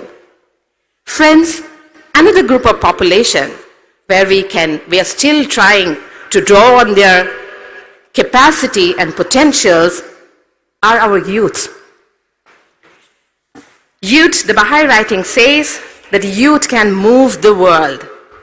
The young people have a critical role to play in the field of development, peace, and prosperity of humanity. Young people want a better society no matter where they live. They tend to believe in the unity of people and be relatively unburdened by the biases and prejudices. They want peaceful and prosperous future for themselves and their peers. Let unity and harmony become our dominant narrative and become associated ever more strongly with the reputation and reality of Indian identity, relegating conflict and contention among the religions to an earlier and less mature stage of our history. Friends, let us harness an edifying power of religion towards constructive endeavors that can bring about the spiritual and material prosperity of our nation. In this way, India can truly lead the world morally and contribute to global peace and harmony, assuring its rightful place as a leader in spirituality and interreligious harmony. Thank you so much, and I'm so happy to be part of this endeavor. Thank you. Thank you, Nilakshi ji. It is true that It is time to restore balance with nature, and it would require efforts on a mammoth scale from each one of us. We would now like to invite to the dais Rabbi Ezekiel Isaac Malikar. Rabbi Ezekiel is a priest of the Judah Hayam Synagogue, the Jewish temple at New Delhi. He is the spiritual master of the Speaking Tree, Times of India, and a human rights activist, a recipient of the Doctor of Literature and the Mahavir Mahatma Award. He is the recipient of the Ambassador of Peace Award for promoting harmonious relations between the interfaith communities. A very well-known author, it is now our privilege to listen to Rabbi Ezekiel. Namaste, Shalom. First of all, I would like to clarify that I am not here to represent any particular community.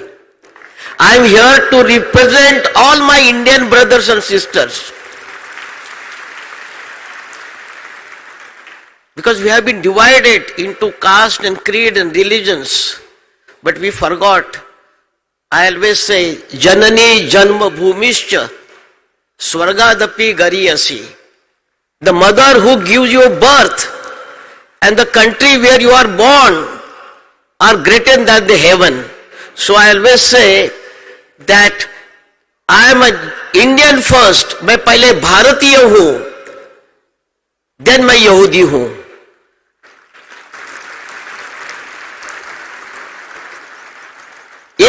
India is my motherland. I learnt here, Vasudhaiva Kutumbakam, Atiti Deva Bhava.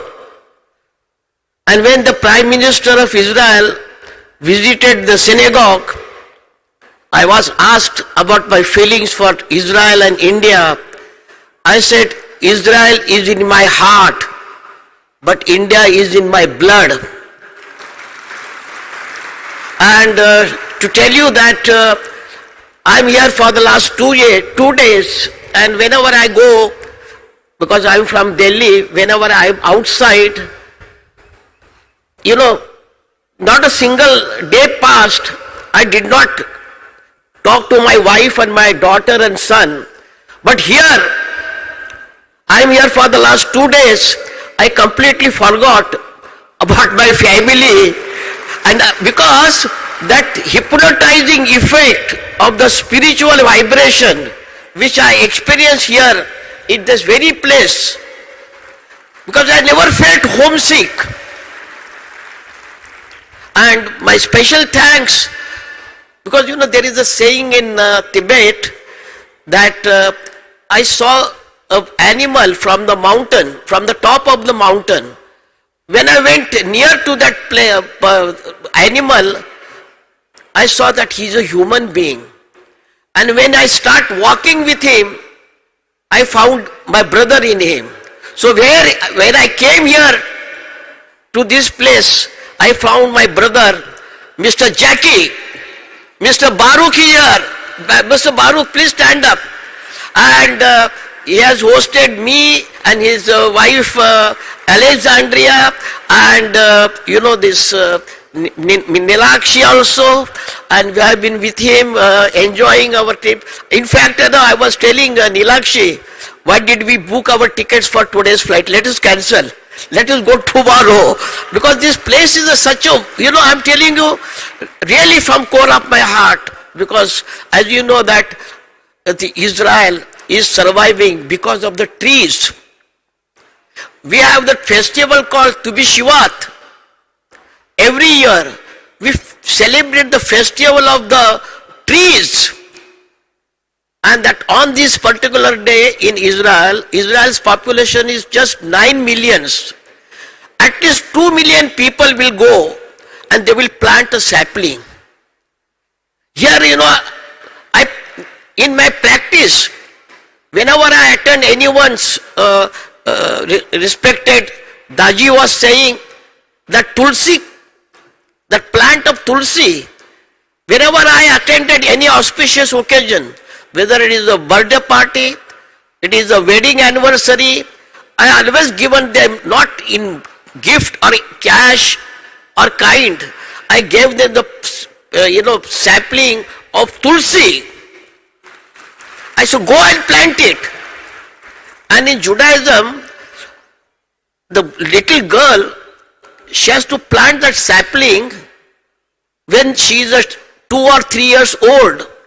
And when she gets married, after say 20 years, that plants which she has planted, sapling, maybe 20 years ago, the flowers and the leaves of that tree is used for decoration of the canopy under which her marriage takes place. But, and that's why I always say that God first created the nature. This is a divine gift of God. And He created man on the last day, on the 6th day. And He said to man, this is the divine gift of God. Please take care of it as a protector. But I'm sorry to say that instead of protector, we became the destroyers of the nature for the sake of progress and development. So it is very important what I learned. I'm going to take this message to Israel, that what I learned in Israel and this place, that how to take care of the, each tree, be a member of that tree, adapt it, look after that tree. And secondly, I would like to say that just now Honorable Baba Jogi said that Daaji is Guru. What is the blessing of your life? To find a Guru. But I always say, Daaji is not only Guru, he is a Sadguru. What is the meaning of Sadguru and Guru? Guru will show you the path of righteousness, path of peace, how to attain the inner peace. But Daaji is a soul which will take us to that path, and he will guide us and he will make our life successful. So I always say in my prayers that may God grant successful, peaceful and healthiest and long 120 years life to respected Daaji ji. It is said in Hebrew, our holy scripture is Torah. Someone asked Rabbi Hillel, can you tell me Torah in one sentence? And Rabbi Hillel said, what is hateful and hurtful to you, do not do to others. If you do not want to appreciate, if you do not want to say the good words, please do not criticize that person. I'm going to tell you a small story. A person, he was in the bad habit of not finding good, virtues in that person. He always used to criticize. This is the nature of the human being. We don't want to see the goodness in others. We want to criticize that person. So he said to Koel is a cuckoo. He said to Koel, you are singing, your chanting is so melodious, but the difficulty with you, your color is black. If you would have not been black in color, it would have been wonderful. Then he says to Rose, you are the king of the flowers, but again you have a problem. You have the deficiency. You have thorns in it. It would have been no thorns, you would have been the most beautiful. Then he said to sea, ocean, your kingdom is so vast, but the problem with you, your water is salty. If your water would have not been salty, it would have been a great. Then what happened? That cuckoo and the flower, the rose and sea said together that person, it would have been better if you had no, habit of cursing others, finding faults with others. So my request to you, if you are not able to appreciate others, do not criticize. It is said in the Lashon Hora in Judaism. And at the end I would like to say that jism ko, jism means our body, jism ko to bahut sawar chuke ho. We have beautified our body. We go to the beauty parlor. I never knew that even gents go to the beauty parlor to beautify their face. They must look very beautiful. But you must see that beautiful, that is from the inner beauty. That is what Daaji has been saying, that inner peace, through the inner peace, through the prayer, through the meditation, then comes the concentration, then comes the contemplation, then comes the, that realization. So that is the real one. But what we do, jism ko to bahut sawar chuke ho, ab रूह का श्रृंगार कीजिए. Now beautify your soul. जिस्म को तो बहुत सोर चुके हो, अब रूह का श्रृंगार कीजिए. फूल को शाख से मत तोड़िए, उसके खुशबू का आनंद लीजिए. At the end I would say, oh God, you taught us how to fly in the air like a bird. Oh God, you taught us how to swim under the ocean like a fish. But oh God, kindly teach us how to walk on this earth in peace and brotherhood. Namaste.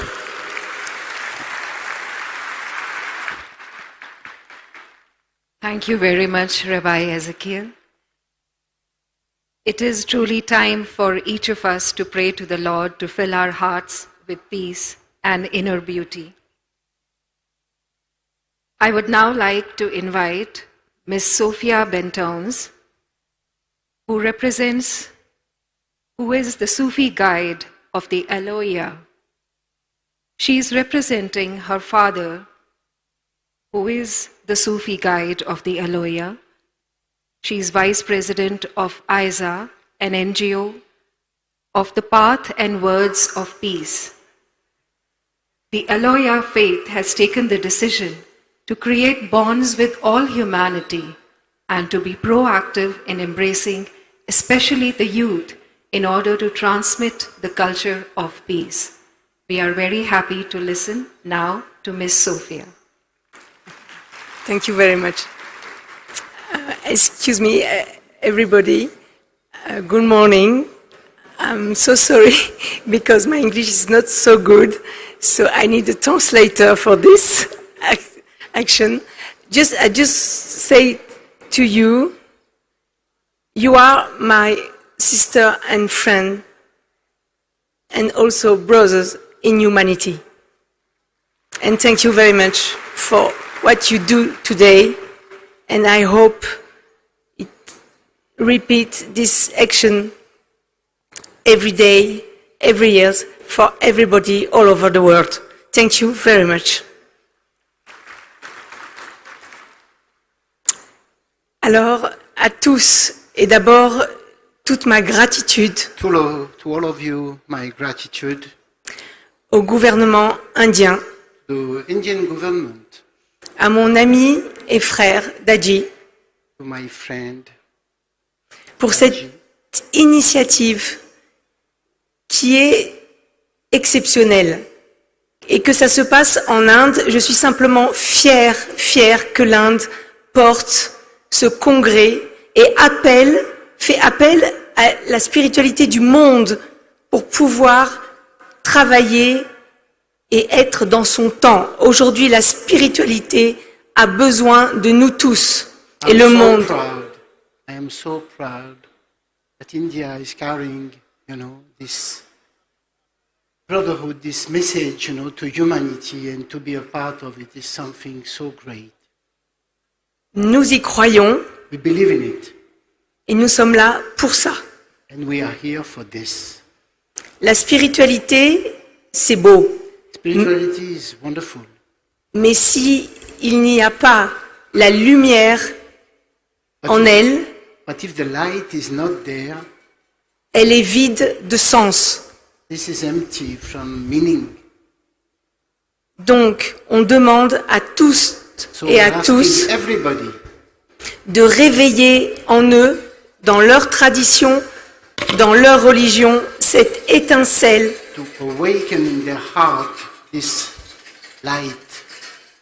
qui animera, je l'espère, à cet événement d'un monde nouveau. Nous devons croire en nous tous. Et c'est pour ça que je vous ai ramené un petit peu de graines de spiritualité d'Afrique, de mon pays, que j'espère semer en Inde, et ce sont les graines d'Algérie.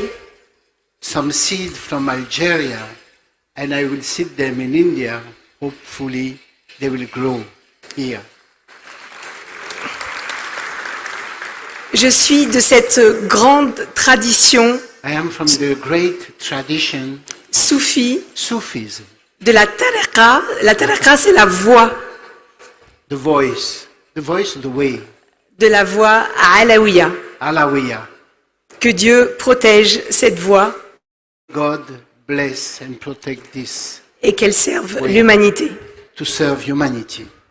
Donc humblement, je vais simplement essayer de vous transmettre ce que mes ancêtres, et notamment le Shir al-Alawi, qui était lui. I will humbly try to transmit to you what the Sheikh al-Alawi. Un très grand maître, un très grand master, théologien, theology, un homme de communication. A man who communicated. Il a créé les ponts entre l'Afrique et l'Occident. He created bridges between West between Africa. Il a incarné, il s'est simplement ouvert, il a ouvert son corps à cette âme qu'il a reçue du ciel et qui a pu se propager jusqu'à aujourd'hui. He opened himself to that great spirit coming from above and transmitted. Et comme il le voulait, nous sommes tous, pas que moi, nous sommes tous sa main, sa tête, sa parole, son cœur, ses jambes et tous les membres de ce corps.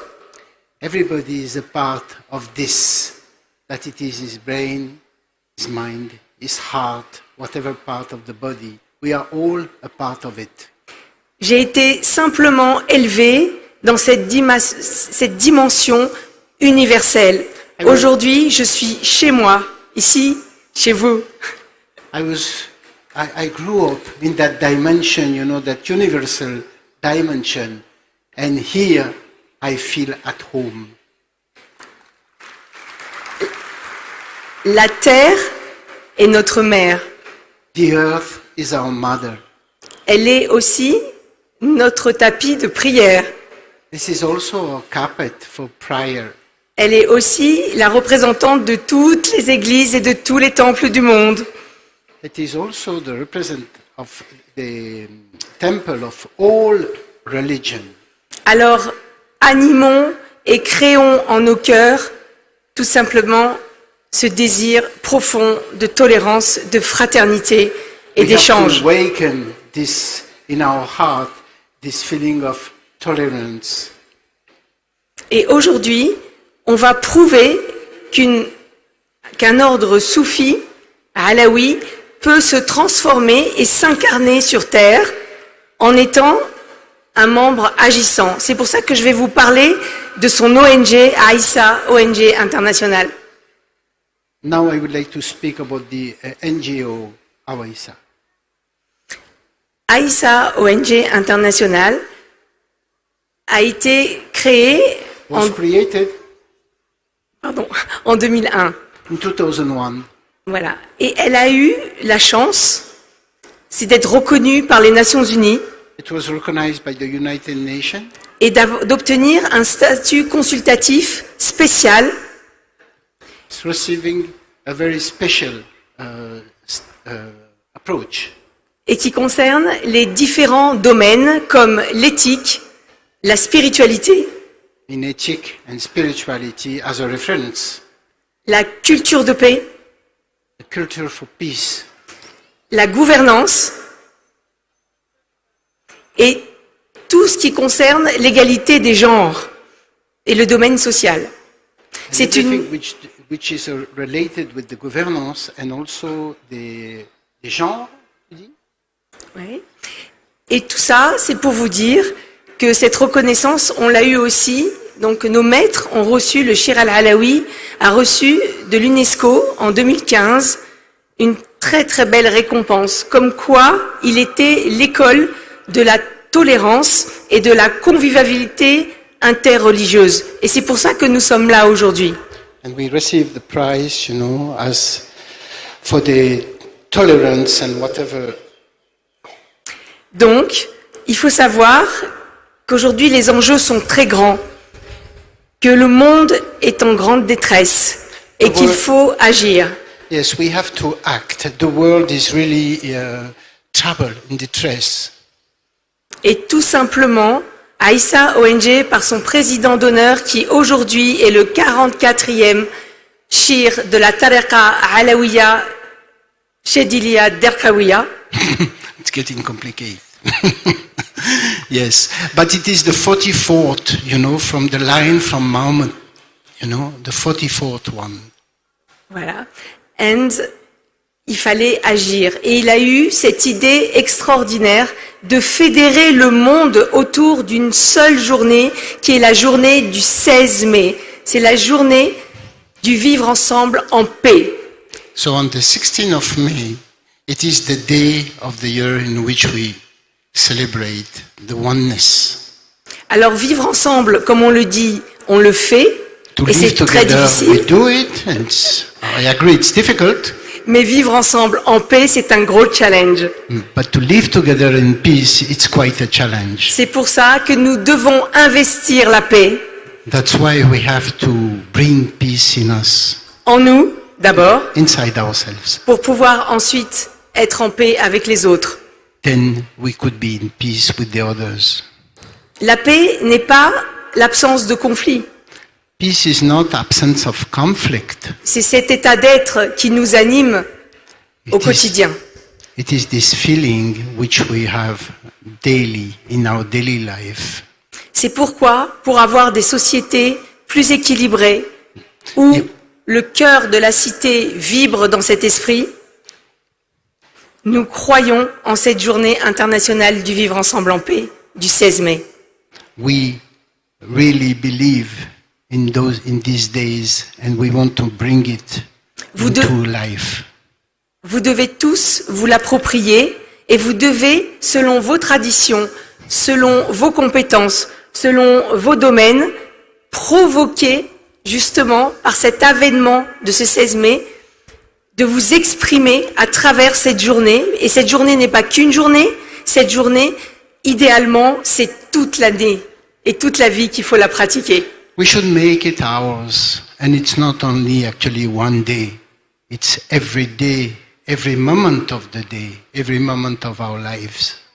Il faut juste éveiller nos consciences à cet état.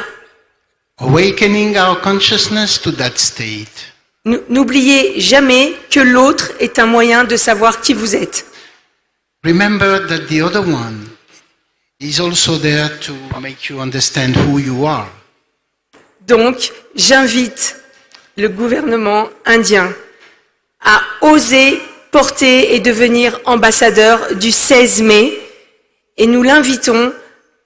On a une chance exceptionnelle. Cette année, Aïssa ONG est accueillie en ces lieux à Genève, aux Nations Unies, pour pouvoir justement discuter d'un sujet qui anime le cœur de Aïssa ONG, qui est la transmission et l'éducation à la culture de paix. So I officially invite the Indian government to come to Geneva and to participate to this event. Donc les Nations Unies sont ouvertes à vous recevoir, vous, peuple indien. In Geneva, waiting for you. Voilà, et un grand merci pour tout ce que vous faites. Et il faut juste simplement y croire. We have to believe. That's all we have to do. We have to believe in it. Pour moi, ces instants sont historiques This moment j'espère is historical for me. de tout mon cœur qu'un jour rayonnera, et depuis l'Inde, From the cette bottom of my fraternité. heart, I wish that this is going to shine, you know, from India to all over the world. N'oubliez jamais qu'il y a toujours un exemple et que l'Inde doit être cet exemple. There is always someone, some example showing, and India is the example. Nous croyons en vous. Merci. Thank you. Merci. Thank you very much.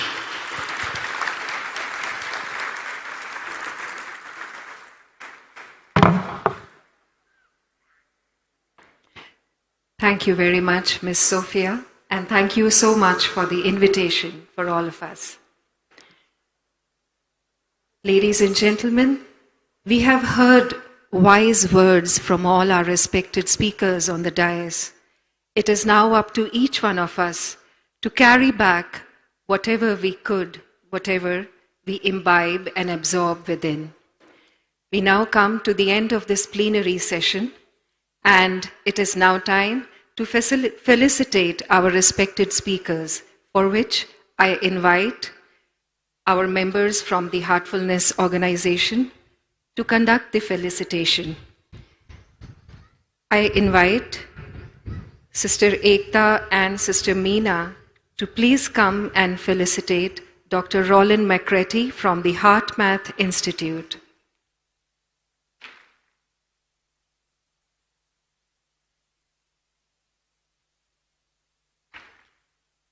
Let us give a huge round of applause for all our respected speakers.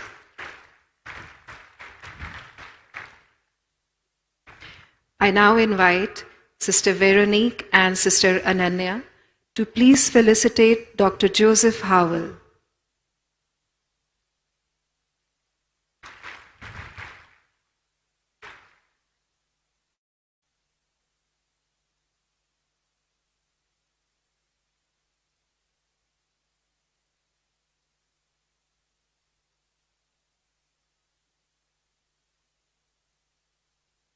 I request Sister Sylvie and Sister Anjal to please felicitate Miss Nilakshi Rajkova.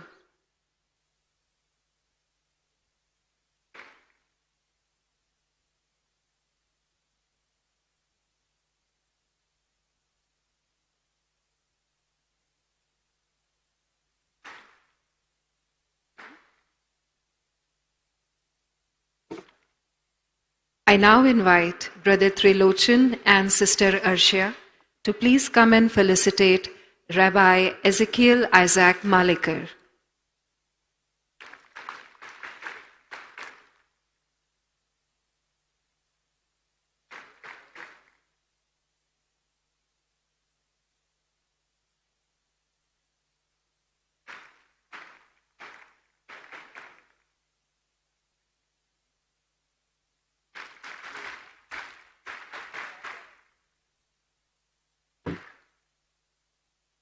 I now request Brother Srinivasan and Brother Harpreet to please come and felicitate Miss Sophia Bentowns.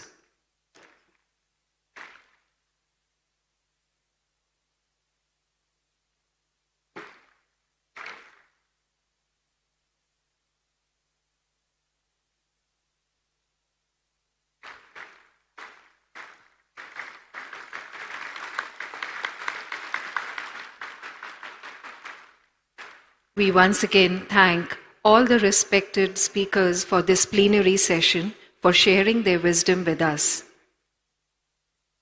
I would now like to invite Dr. Devavallabh Swamiji from the Swami Narayan Sampradaya, Secretary of Swami Narayan Gurukul Sangh, Gujarat, to share a few words from this dais on his experience of heartfulness at the Global Spirituality MAHOTSAV. Dr. Devavallabh Swamiji.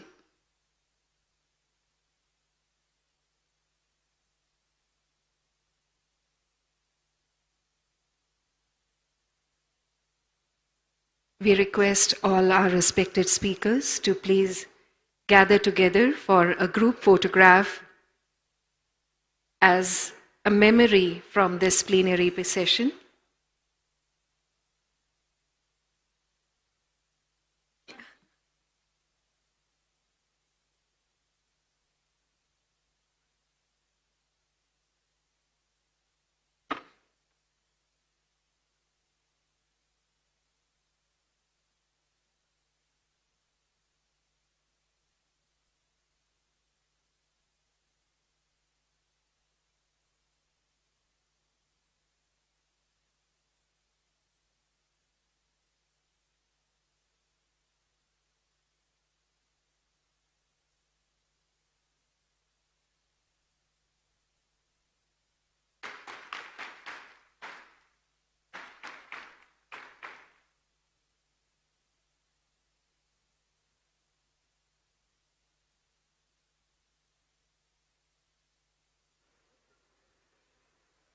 We request Dr. Dev Vallabh Swamiji to please share his experience of heartfulness at this event.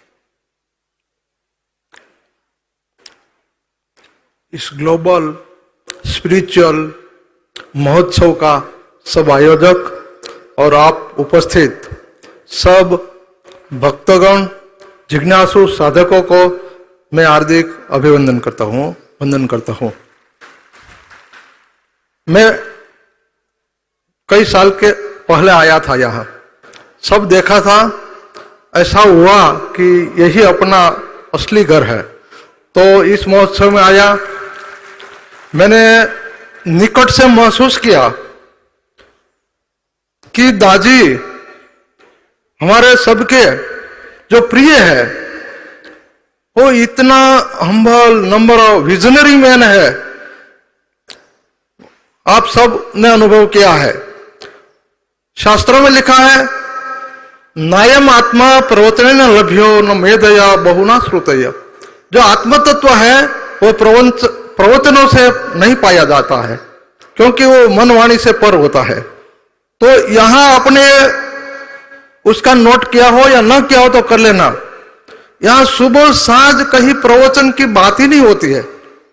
दूसरे महोत्सव में आप जाएंगे, धर्म स्थानों में जाएंगे, तो आपको एक बात दिखेगी कि वहां प्रवचन ही चलते रहते हैं। यहां कुछ प्रवचन है प्रैक्टिकल ध्यान, और ध्यान करने से उसका आत्मा का चेंज होता है। मैंने किया है, दादी के साथ मैं भी पहले बैठा था, देखा जैसे कि गुड़ की बात करने से किसी को पता नहीं चलता कि गुड़ का स्वाद कैसा होता है, लेकिन जब गुड़ खाता है ना तो उसको पता चलता है कि गुड़ कैसा है। ऐसे दादी कुछ बात नहीं करते, बता देते हैं। हमारे शास्त्रों में लिखा है कि परमात्मा कभी किसी को कुछ कहने या लेने या देने से नहीं आते, लेकिन अपने बंदों, अपने ऐसे महापुरुषों को भेज देते हैं जो समाज का उत्थान करते हैं। तो दाजी भी ऐसे एक महापुरुष है। मैं भगवान को हार्टली प्रार्थना करूं, शतम जीवे शरदा। दाजी के द्वारा ये पहली शुरुआत है। हमने बहुत महोत्सव देखे हैं, सुने हैं, लेकिन एक मंच पे सभी धर्माचार्यों के एकत्र करना और सारे विश्व के लिए शुभकामनाएं करना, suppose is a first incident. यह पहला शुरुआत है और आगे चलेगा।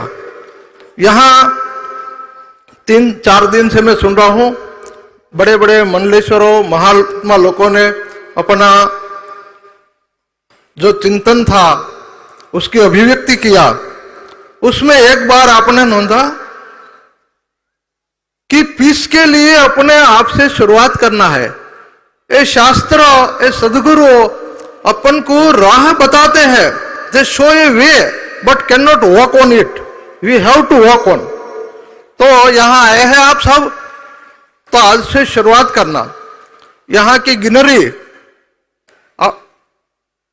Nature is next to God ऐसा कहा जाता है। तो यहां आपको जैसे स्वर्ग में, स्वर्ग तो हमने नहीं देखा है, शास्त्रों में पढ़ा है कि ऐसा होता है वैसा होता है, लेकिन यहां आपको स्वर्ग की अनुभूति हुई है। वो हमें तो हुई है, क्योंकि यहां हर एक वॉलंटियर, हर एक साधक के चेहरे पे मुस्कान दिखती है। आपने देखा, कोई स्ट्रेस में नहीं है, सब आनंद में, खुशी में है। तो ये जो महोत्सव है उसकी सफलता इच्छता हूं, और हम साथ सब मिलकर, क्योंकि हमारे वहां प्राचीन नरेंद्र भाई मोदी जी ये अमृत काल बहुत इस दिशा में काम कर रहा है, इसीलिए कि हमारे पास इतना समृद्ध वारसा है, लेकिन हमें उसका पता नहीं है। जैसे कि कहा जाता है कि कस्तूरी मृग की नाभि में कस्तूरी होती है, लेकिन उसका पता नहीं है तो उनकी सुगंध के लिए वन वन में भटक भटक के थक जाता है। लेकिन हमारे यहाँ वेद, उपनिषदों, शास्त्रों, सभी संप्रदाय का सम्मान होता है। सभी महापुरुषों ने बहुत बढ़िया बातें बताई है, तो समृद्ध वारसा है, तो हम उसको उजागर करें, उसको पहचाने। और हम ही सिर्फ नहीं, हमारा आदर्श है सर्वे सुखिनः भवन्तु, सर्वे सन्तु निरामयाः, सर्वे भद्राणि पश्यन्तु। ये हमारा उपनिषदों का आदर्श है, वसुधैव कुटुम्बकम, और सब सुखी हो। तो उसमें दाजी ने लीडरशिप किया है। एक बात समझ लो, हम सबको उन्हें तन मन धन से सपोर्ट करने का है। जैसे कि भगवान कृष्ण ने गोवर्धन उठाया था ना, तो सब गोप बालकों ने अपनी अपनी लाठी टिकवाया था। ऐसे हम सबको सहयोग देना है। बहुत अच्छा काम है। ध्यान के प्रैक्टिकल सेशन होते हैं, और आप भी एक बार उसका स्वाद चख जाते हैं ना, तो फिर नहीं छोड़ेंगे। तो सब महात्मा लोगों ने यही बात बताई, और इंडियन कल्चरल मिनिस्ट्री और ये हार्टफुलनेस ने ये जो प्रोग्राम का आयोजन किया है और सक्सेसफुली किया है, उस सबको मैं खूब खूब धन्यवाद देता हूँ, अभिनंदन करता हूँ। यहाँ का एक बात मुझे बहुत जची है, उसको याद रखने का। किसी भी वक्ता ने उसकी ओर आपका ध्यान डाइवर्ट नहीं किया है, वो है सफाई। इंस्टीट्यूट का 3-4 अनमोल चीज है। जैसे कि एक सफाई का काम होता है। हम पानी गिलास में अच्छा पानी भरना चाहेंगे तो पहले गिलास को वॉश करना पड़ेगा, साफ करना पड़ेगा ना, नहीं तो पानी बिगड़ जाएगा। तो सफाई का काम होता है, वो बहुत बढ़िया है। उसके बारे में सोचे, समझे और सीखे। यहाँ के वो जो टीचर्स है वो आपको अच्छी तरह से बताएगा। बुक में भी लिखा है सफाई की बहुत आज के समय में जरूरियात है, क्योंकि आज का हमें टेंशन है। पढ़ता है तो पढ़ाई में टेंशन, अच्छी टकावारी लाने का।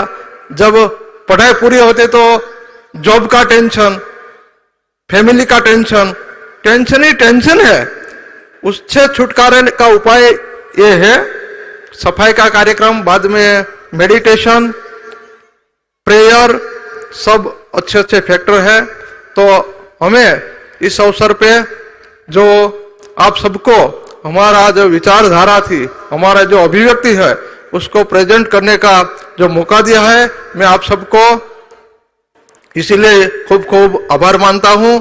अस्तु, धन्यवाद। जय स्वामीनारायण, जय भारत माता। धन्यवाद Dr. Dev Vallabh Swami ji. Now I invite Dashwinder and Manjunath to felicitate Swami ji.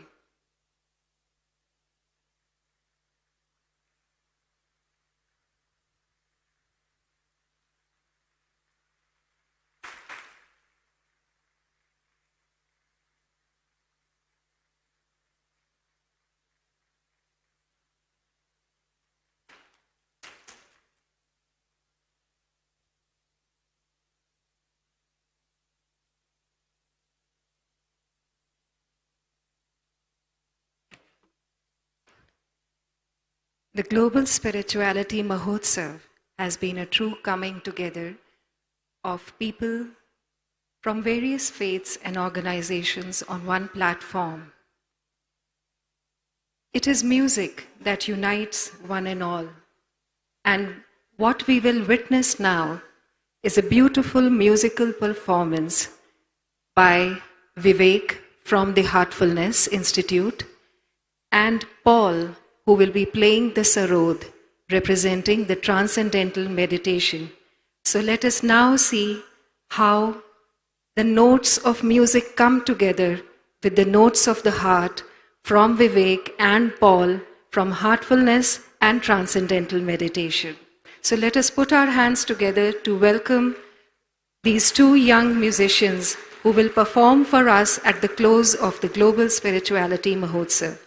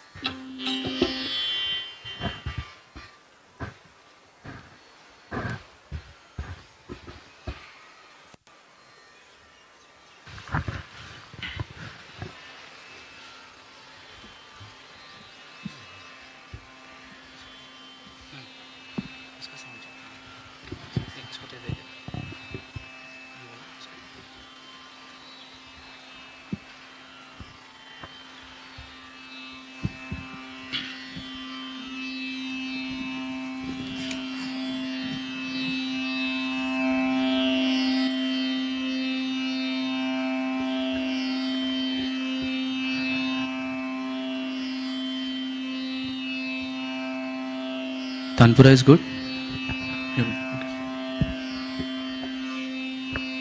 Just checking the tabla part.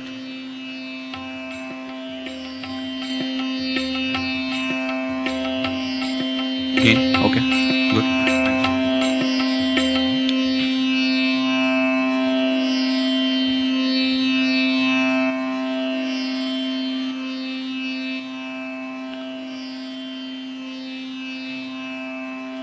Good morning to one and all present here.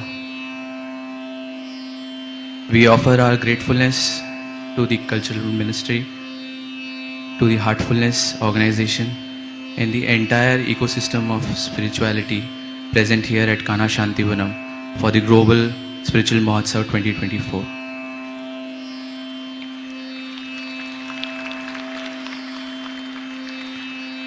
We are today going to perform one bhajan and ending it with a rag Bhairavi, which is a rag in Indian classical music which states a successful completion of a conference or a Mahotsav. So here we are presenting. On Sarod, we have Paul from Ireland, and he is a practitioner of transcendental meditation. And I am Vivek from Rajasthan, practicing heartfulness. So here we are presenting a bhajan. Thank you.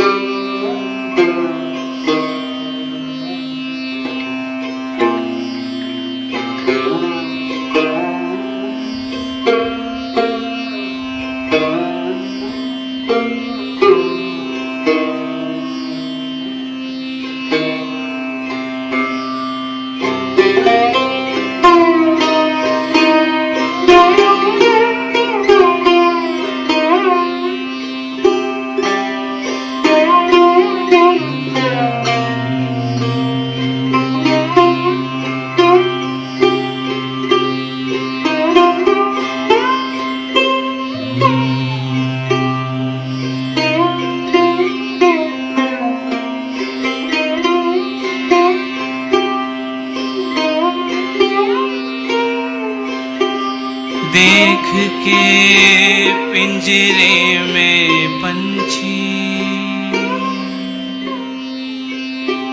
तू काहे मुस्काए,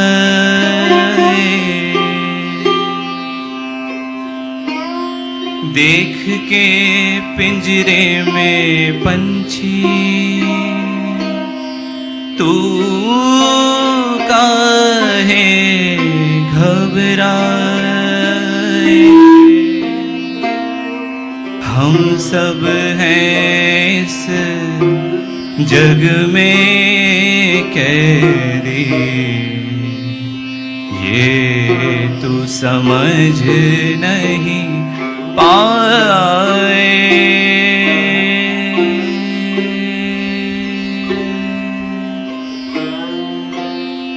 देख के पिंजरे में पंछी तू काहे घबराए, देख के पिंजरे में पंछी तू काहे मुस्काए। हम सब हैं इस जग में कैदी, ये तू समझ समझ नहीं पाए।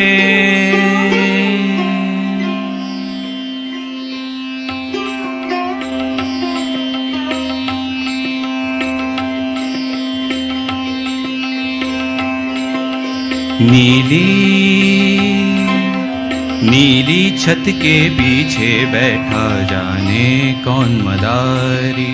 नीली छत के पीछे बैठा जाने कौन मदारी। जैसे जैसे नाच नचाए नाचे दुनिया सारी। नीली छत के पीछे बैठा जाने कौन मदारी। जैसे जैसे नाच नचाए नाचे दुनिया सारी। नीली छत के पीछे बैठा जाने कौन मदारी।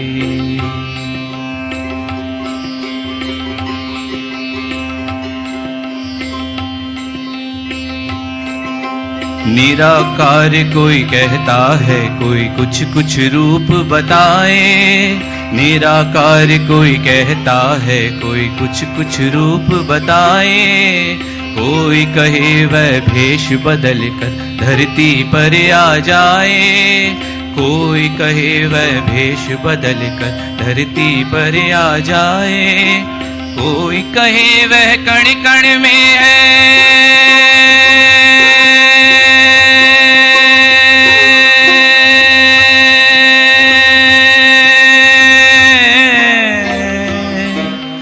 कोई कहे वह कण कण में है पर वो नजर ना आए। वो अनदेखी एक पहेली क्या सुलझाई जाए। नीली छत के पीछे बैठा जाने कौन मदारी। नीली छत के पीछे बैठा जाने कौन मदारी। जैसे जैसे नाच नचाए जैसे जैसे नाच नचाए नाचे दुनिया सारी। नीली छत के पीछे बैठा जाने कौन मदारी।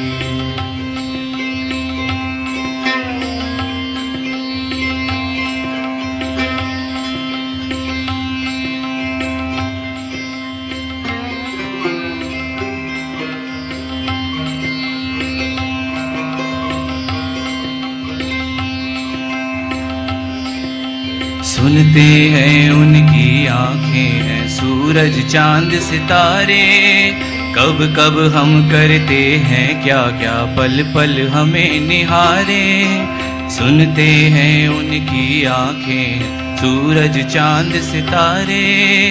कब कब हम करते हैं क्या क्या पल पल हमें निहारे। मछली को क्या लेना है। मछली को क्या लेना है उछले सागर के धारे। उस शक्ति की भक्ति कर ले ओ बंदे मत वाले। नीली छत के पीछे बैठा जाने कौन मदारी। नीली छत के पीछे बैठा जाने कौन मदारी। जैसे जैसे नाच नचाए दुनिया सारी। नीली छत के पीछे बैठ जाने कौन मदारी।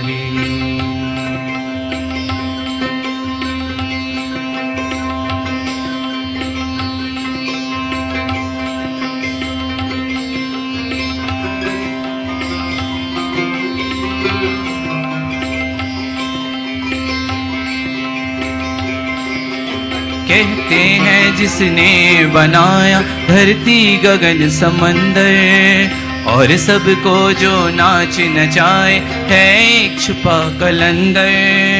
कहते हैं जिसने बनाया धरती गगन समंदर और सबको जो नाच नचाए है एक छिपा कलंदर। वो मालिक छुप कर बैठा है।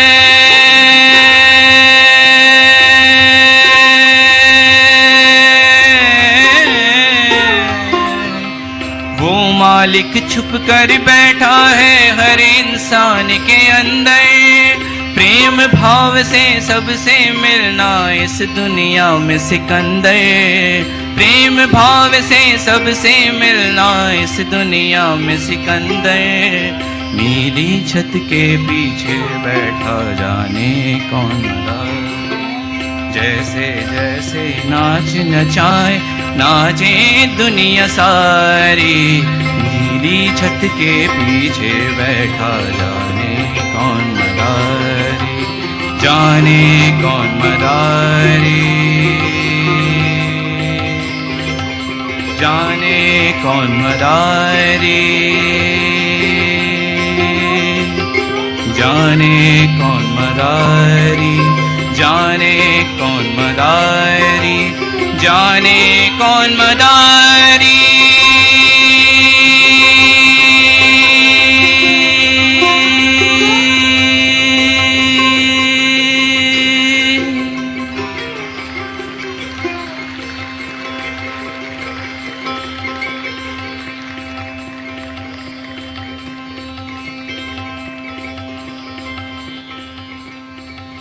Thank you very much. We are just going to conclude it with 2 lines.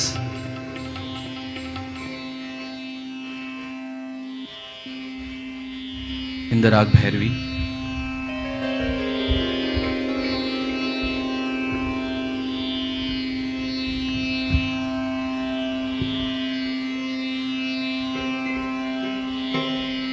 I'm sure we are all familiar with this next rendition coming up. मिले सुर मेरा तुम्हारा तो सुर बने हमारा। यहाँ पे हम सभी लोग अलग अलग सुरों के साथ एक माला में उन सुरों को पिरोने आए हैं। So here we are with the Rag Bhairavi, मिले सुर मेरा तुम्हारा।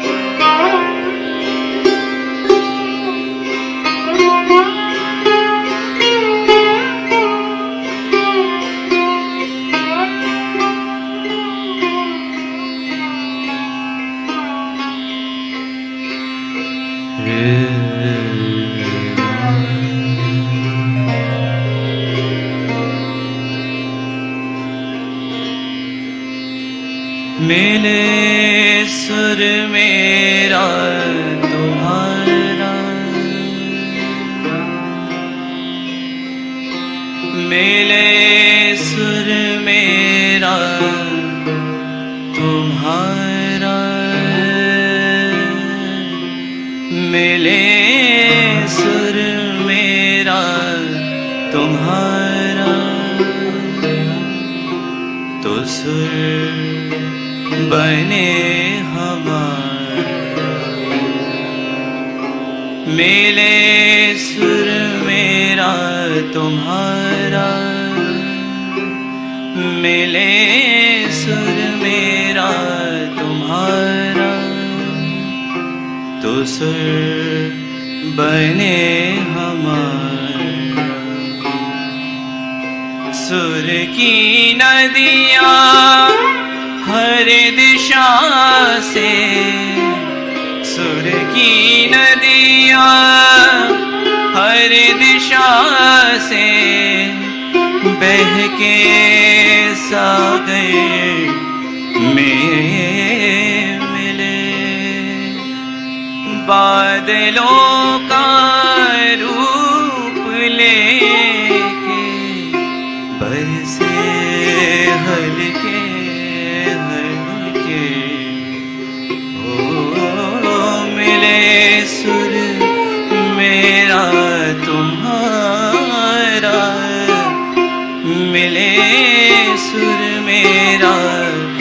तुम्हारा तो सुर बने हमारा, तो सुर बने हमारा, तो सुर बने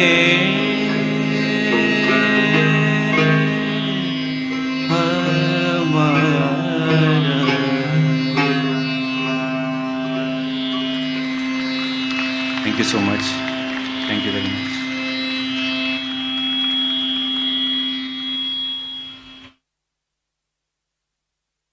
Thank you, Vivek, and thank you, Paul. It has been truly a wonderful and remarkable performance. It has succinctly concluded this whole vibration that each of us is feeling in our hearts. And it is now time for the Global Spirituality Mahotsav to come to a close. A historic moment, a historic time, which we have all been witness to, and which will reverberate in our hearts for eternity.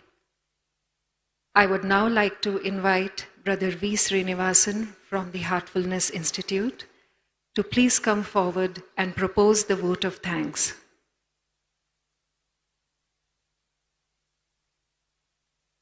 We request Brother Manjunath and Sister Anchal to please felicitate Vivek and Paul for their wonderful musical performance.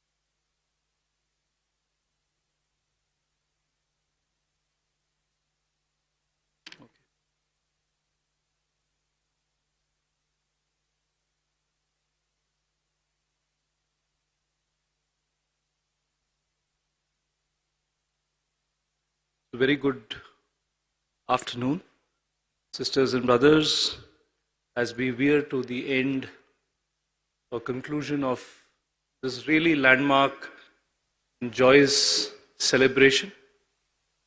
It's time to extend our really heartfelt vote of thanks to so many people who have been behind, working tirelessly towards making this event a success.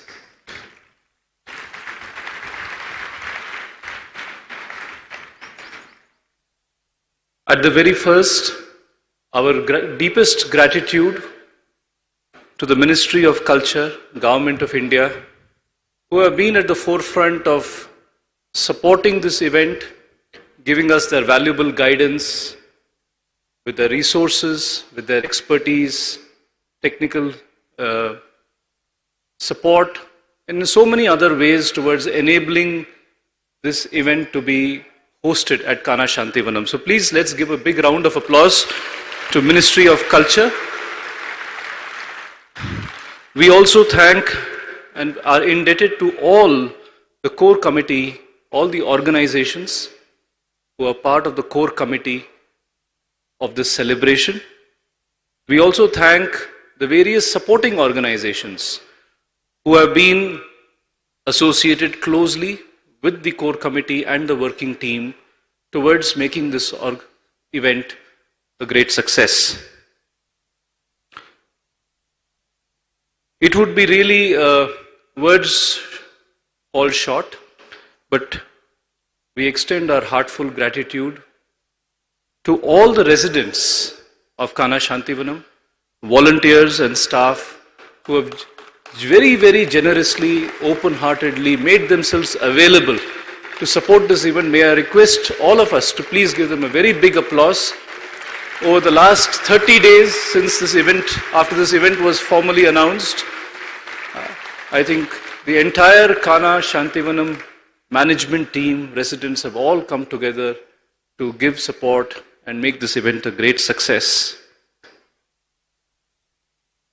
Lastly, and most importantly, two things.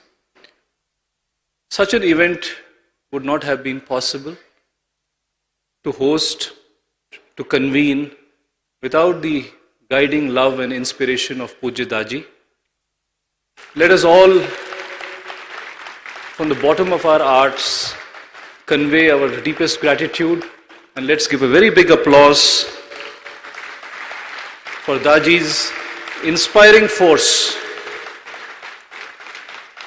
A year back when we were in Delhi, Pujya Daaji had discussed and proposed the possibility of Kanha Shanti Vanam hosting the event to the ministry, and he has been, supporting, guiding us through this entire journey, and today we are here having this event.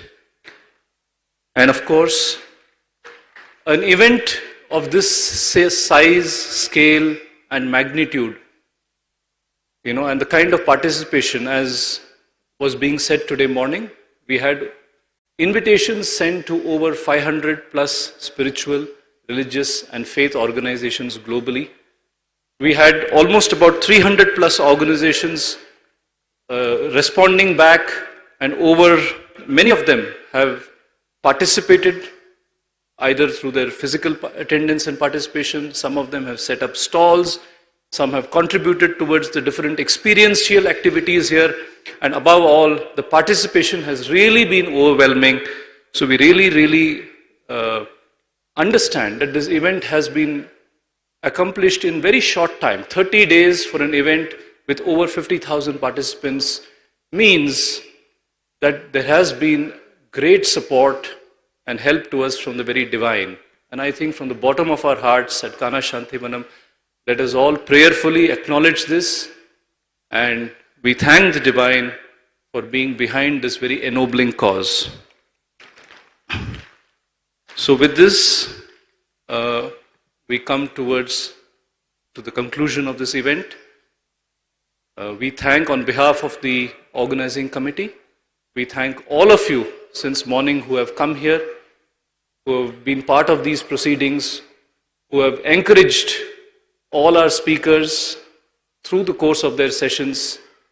I hope it has been all very enriching, and we wish you all the very best and look forward to your participation in the next series of events which will unfold here on through the Global Spirituality Mahotsav. So thank you once again, and you may all join for lunch after this at the dining hall. Thank you so much. Thank you.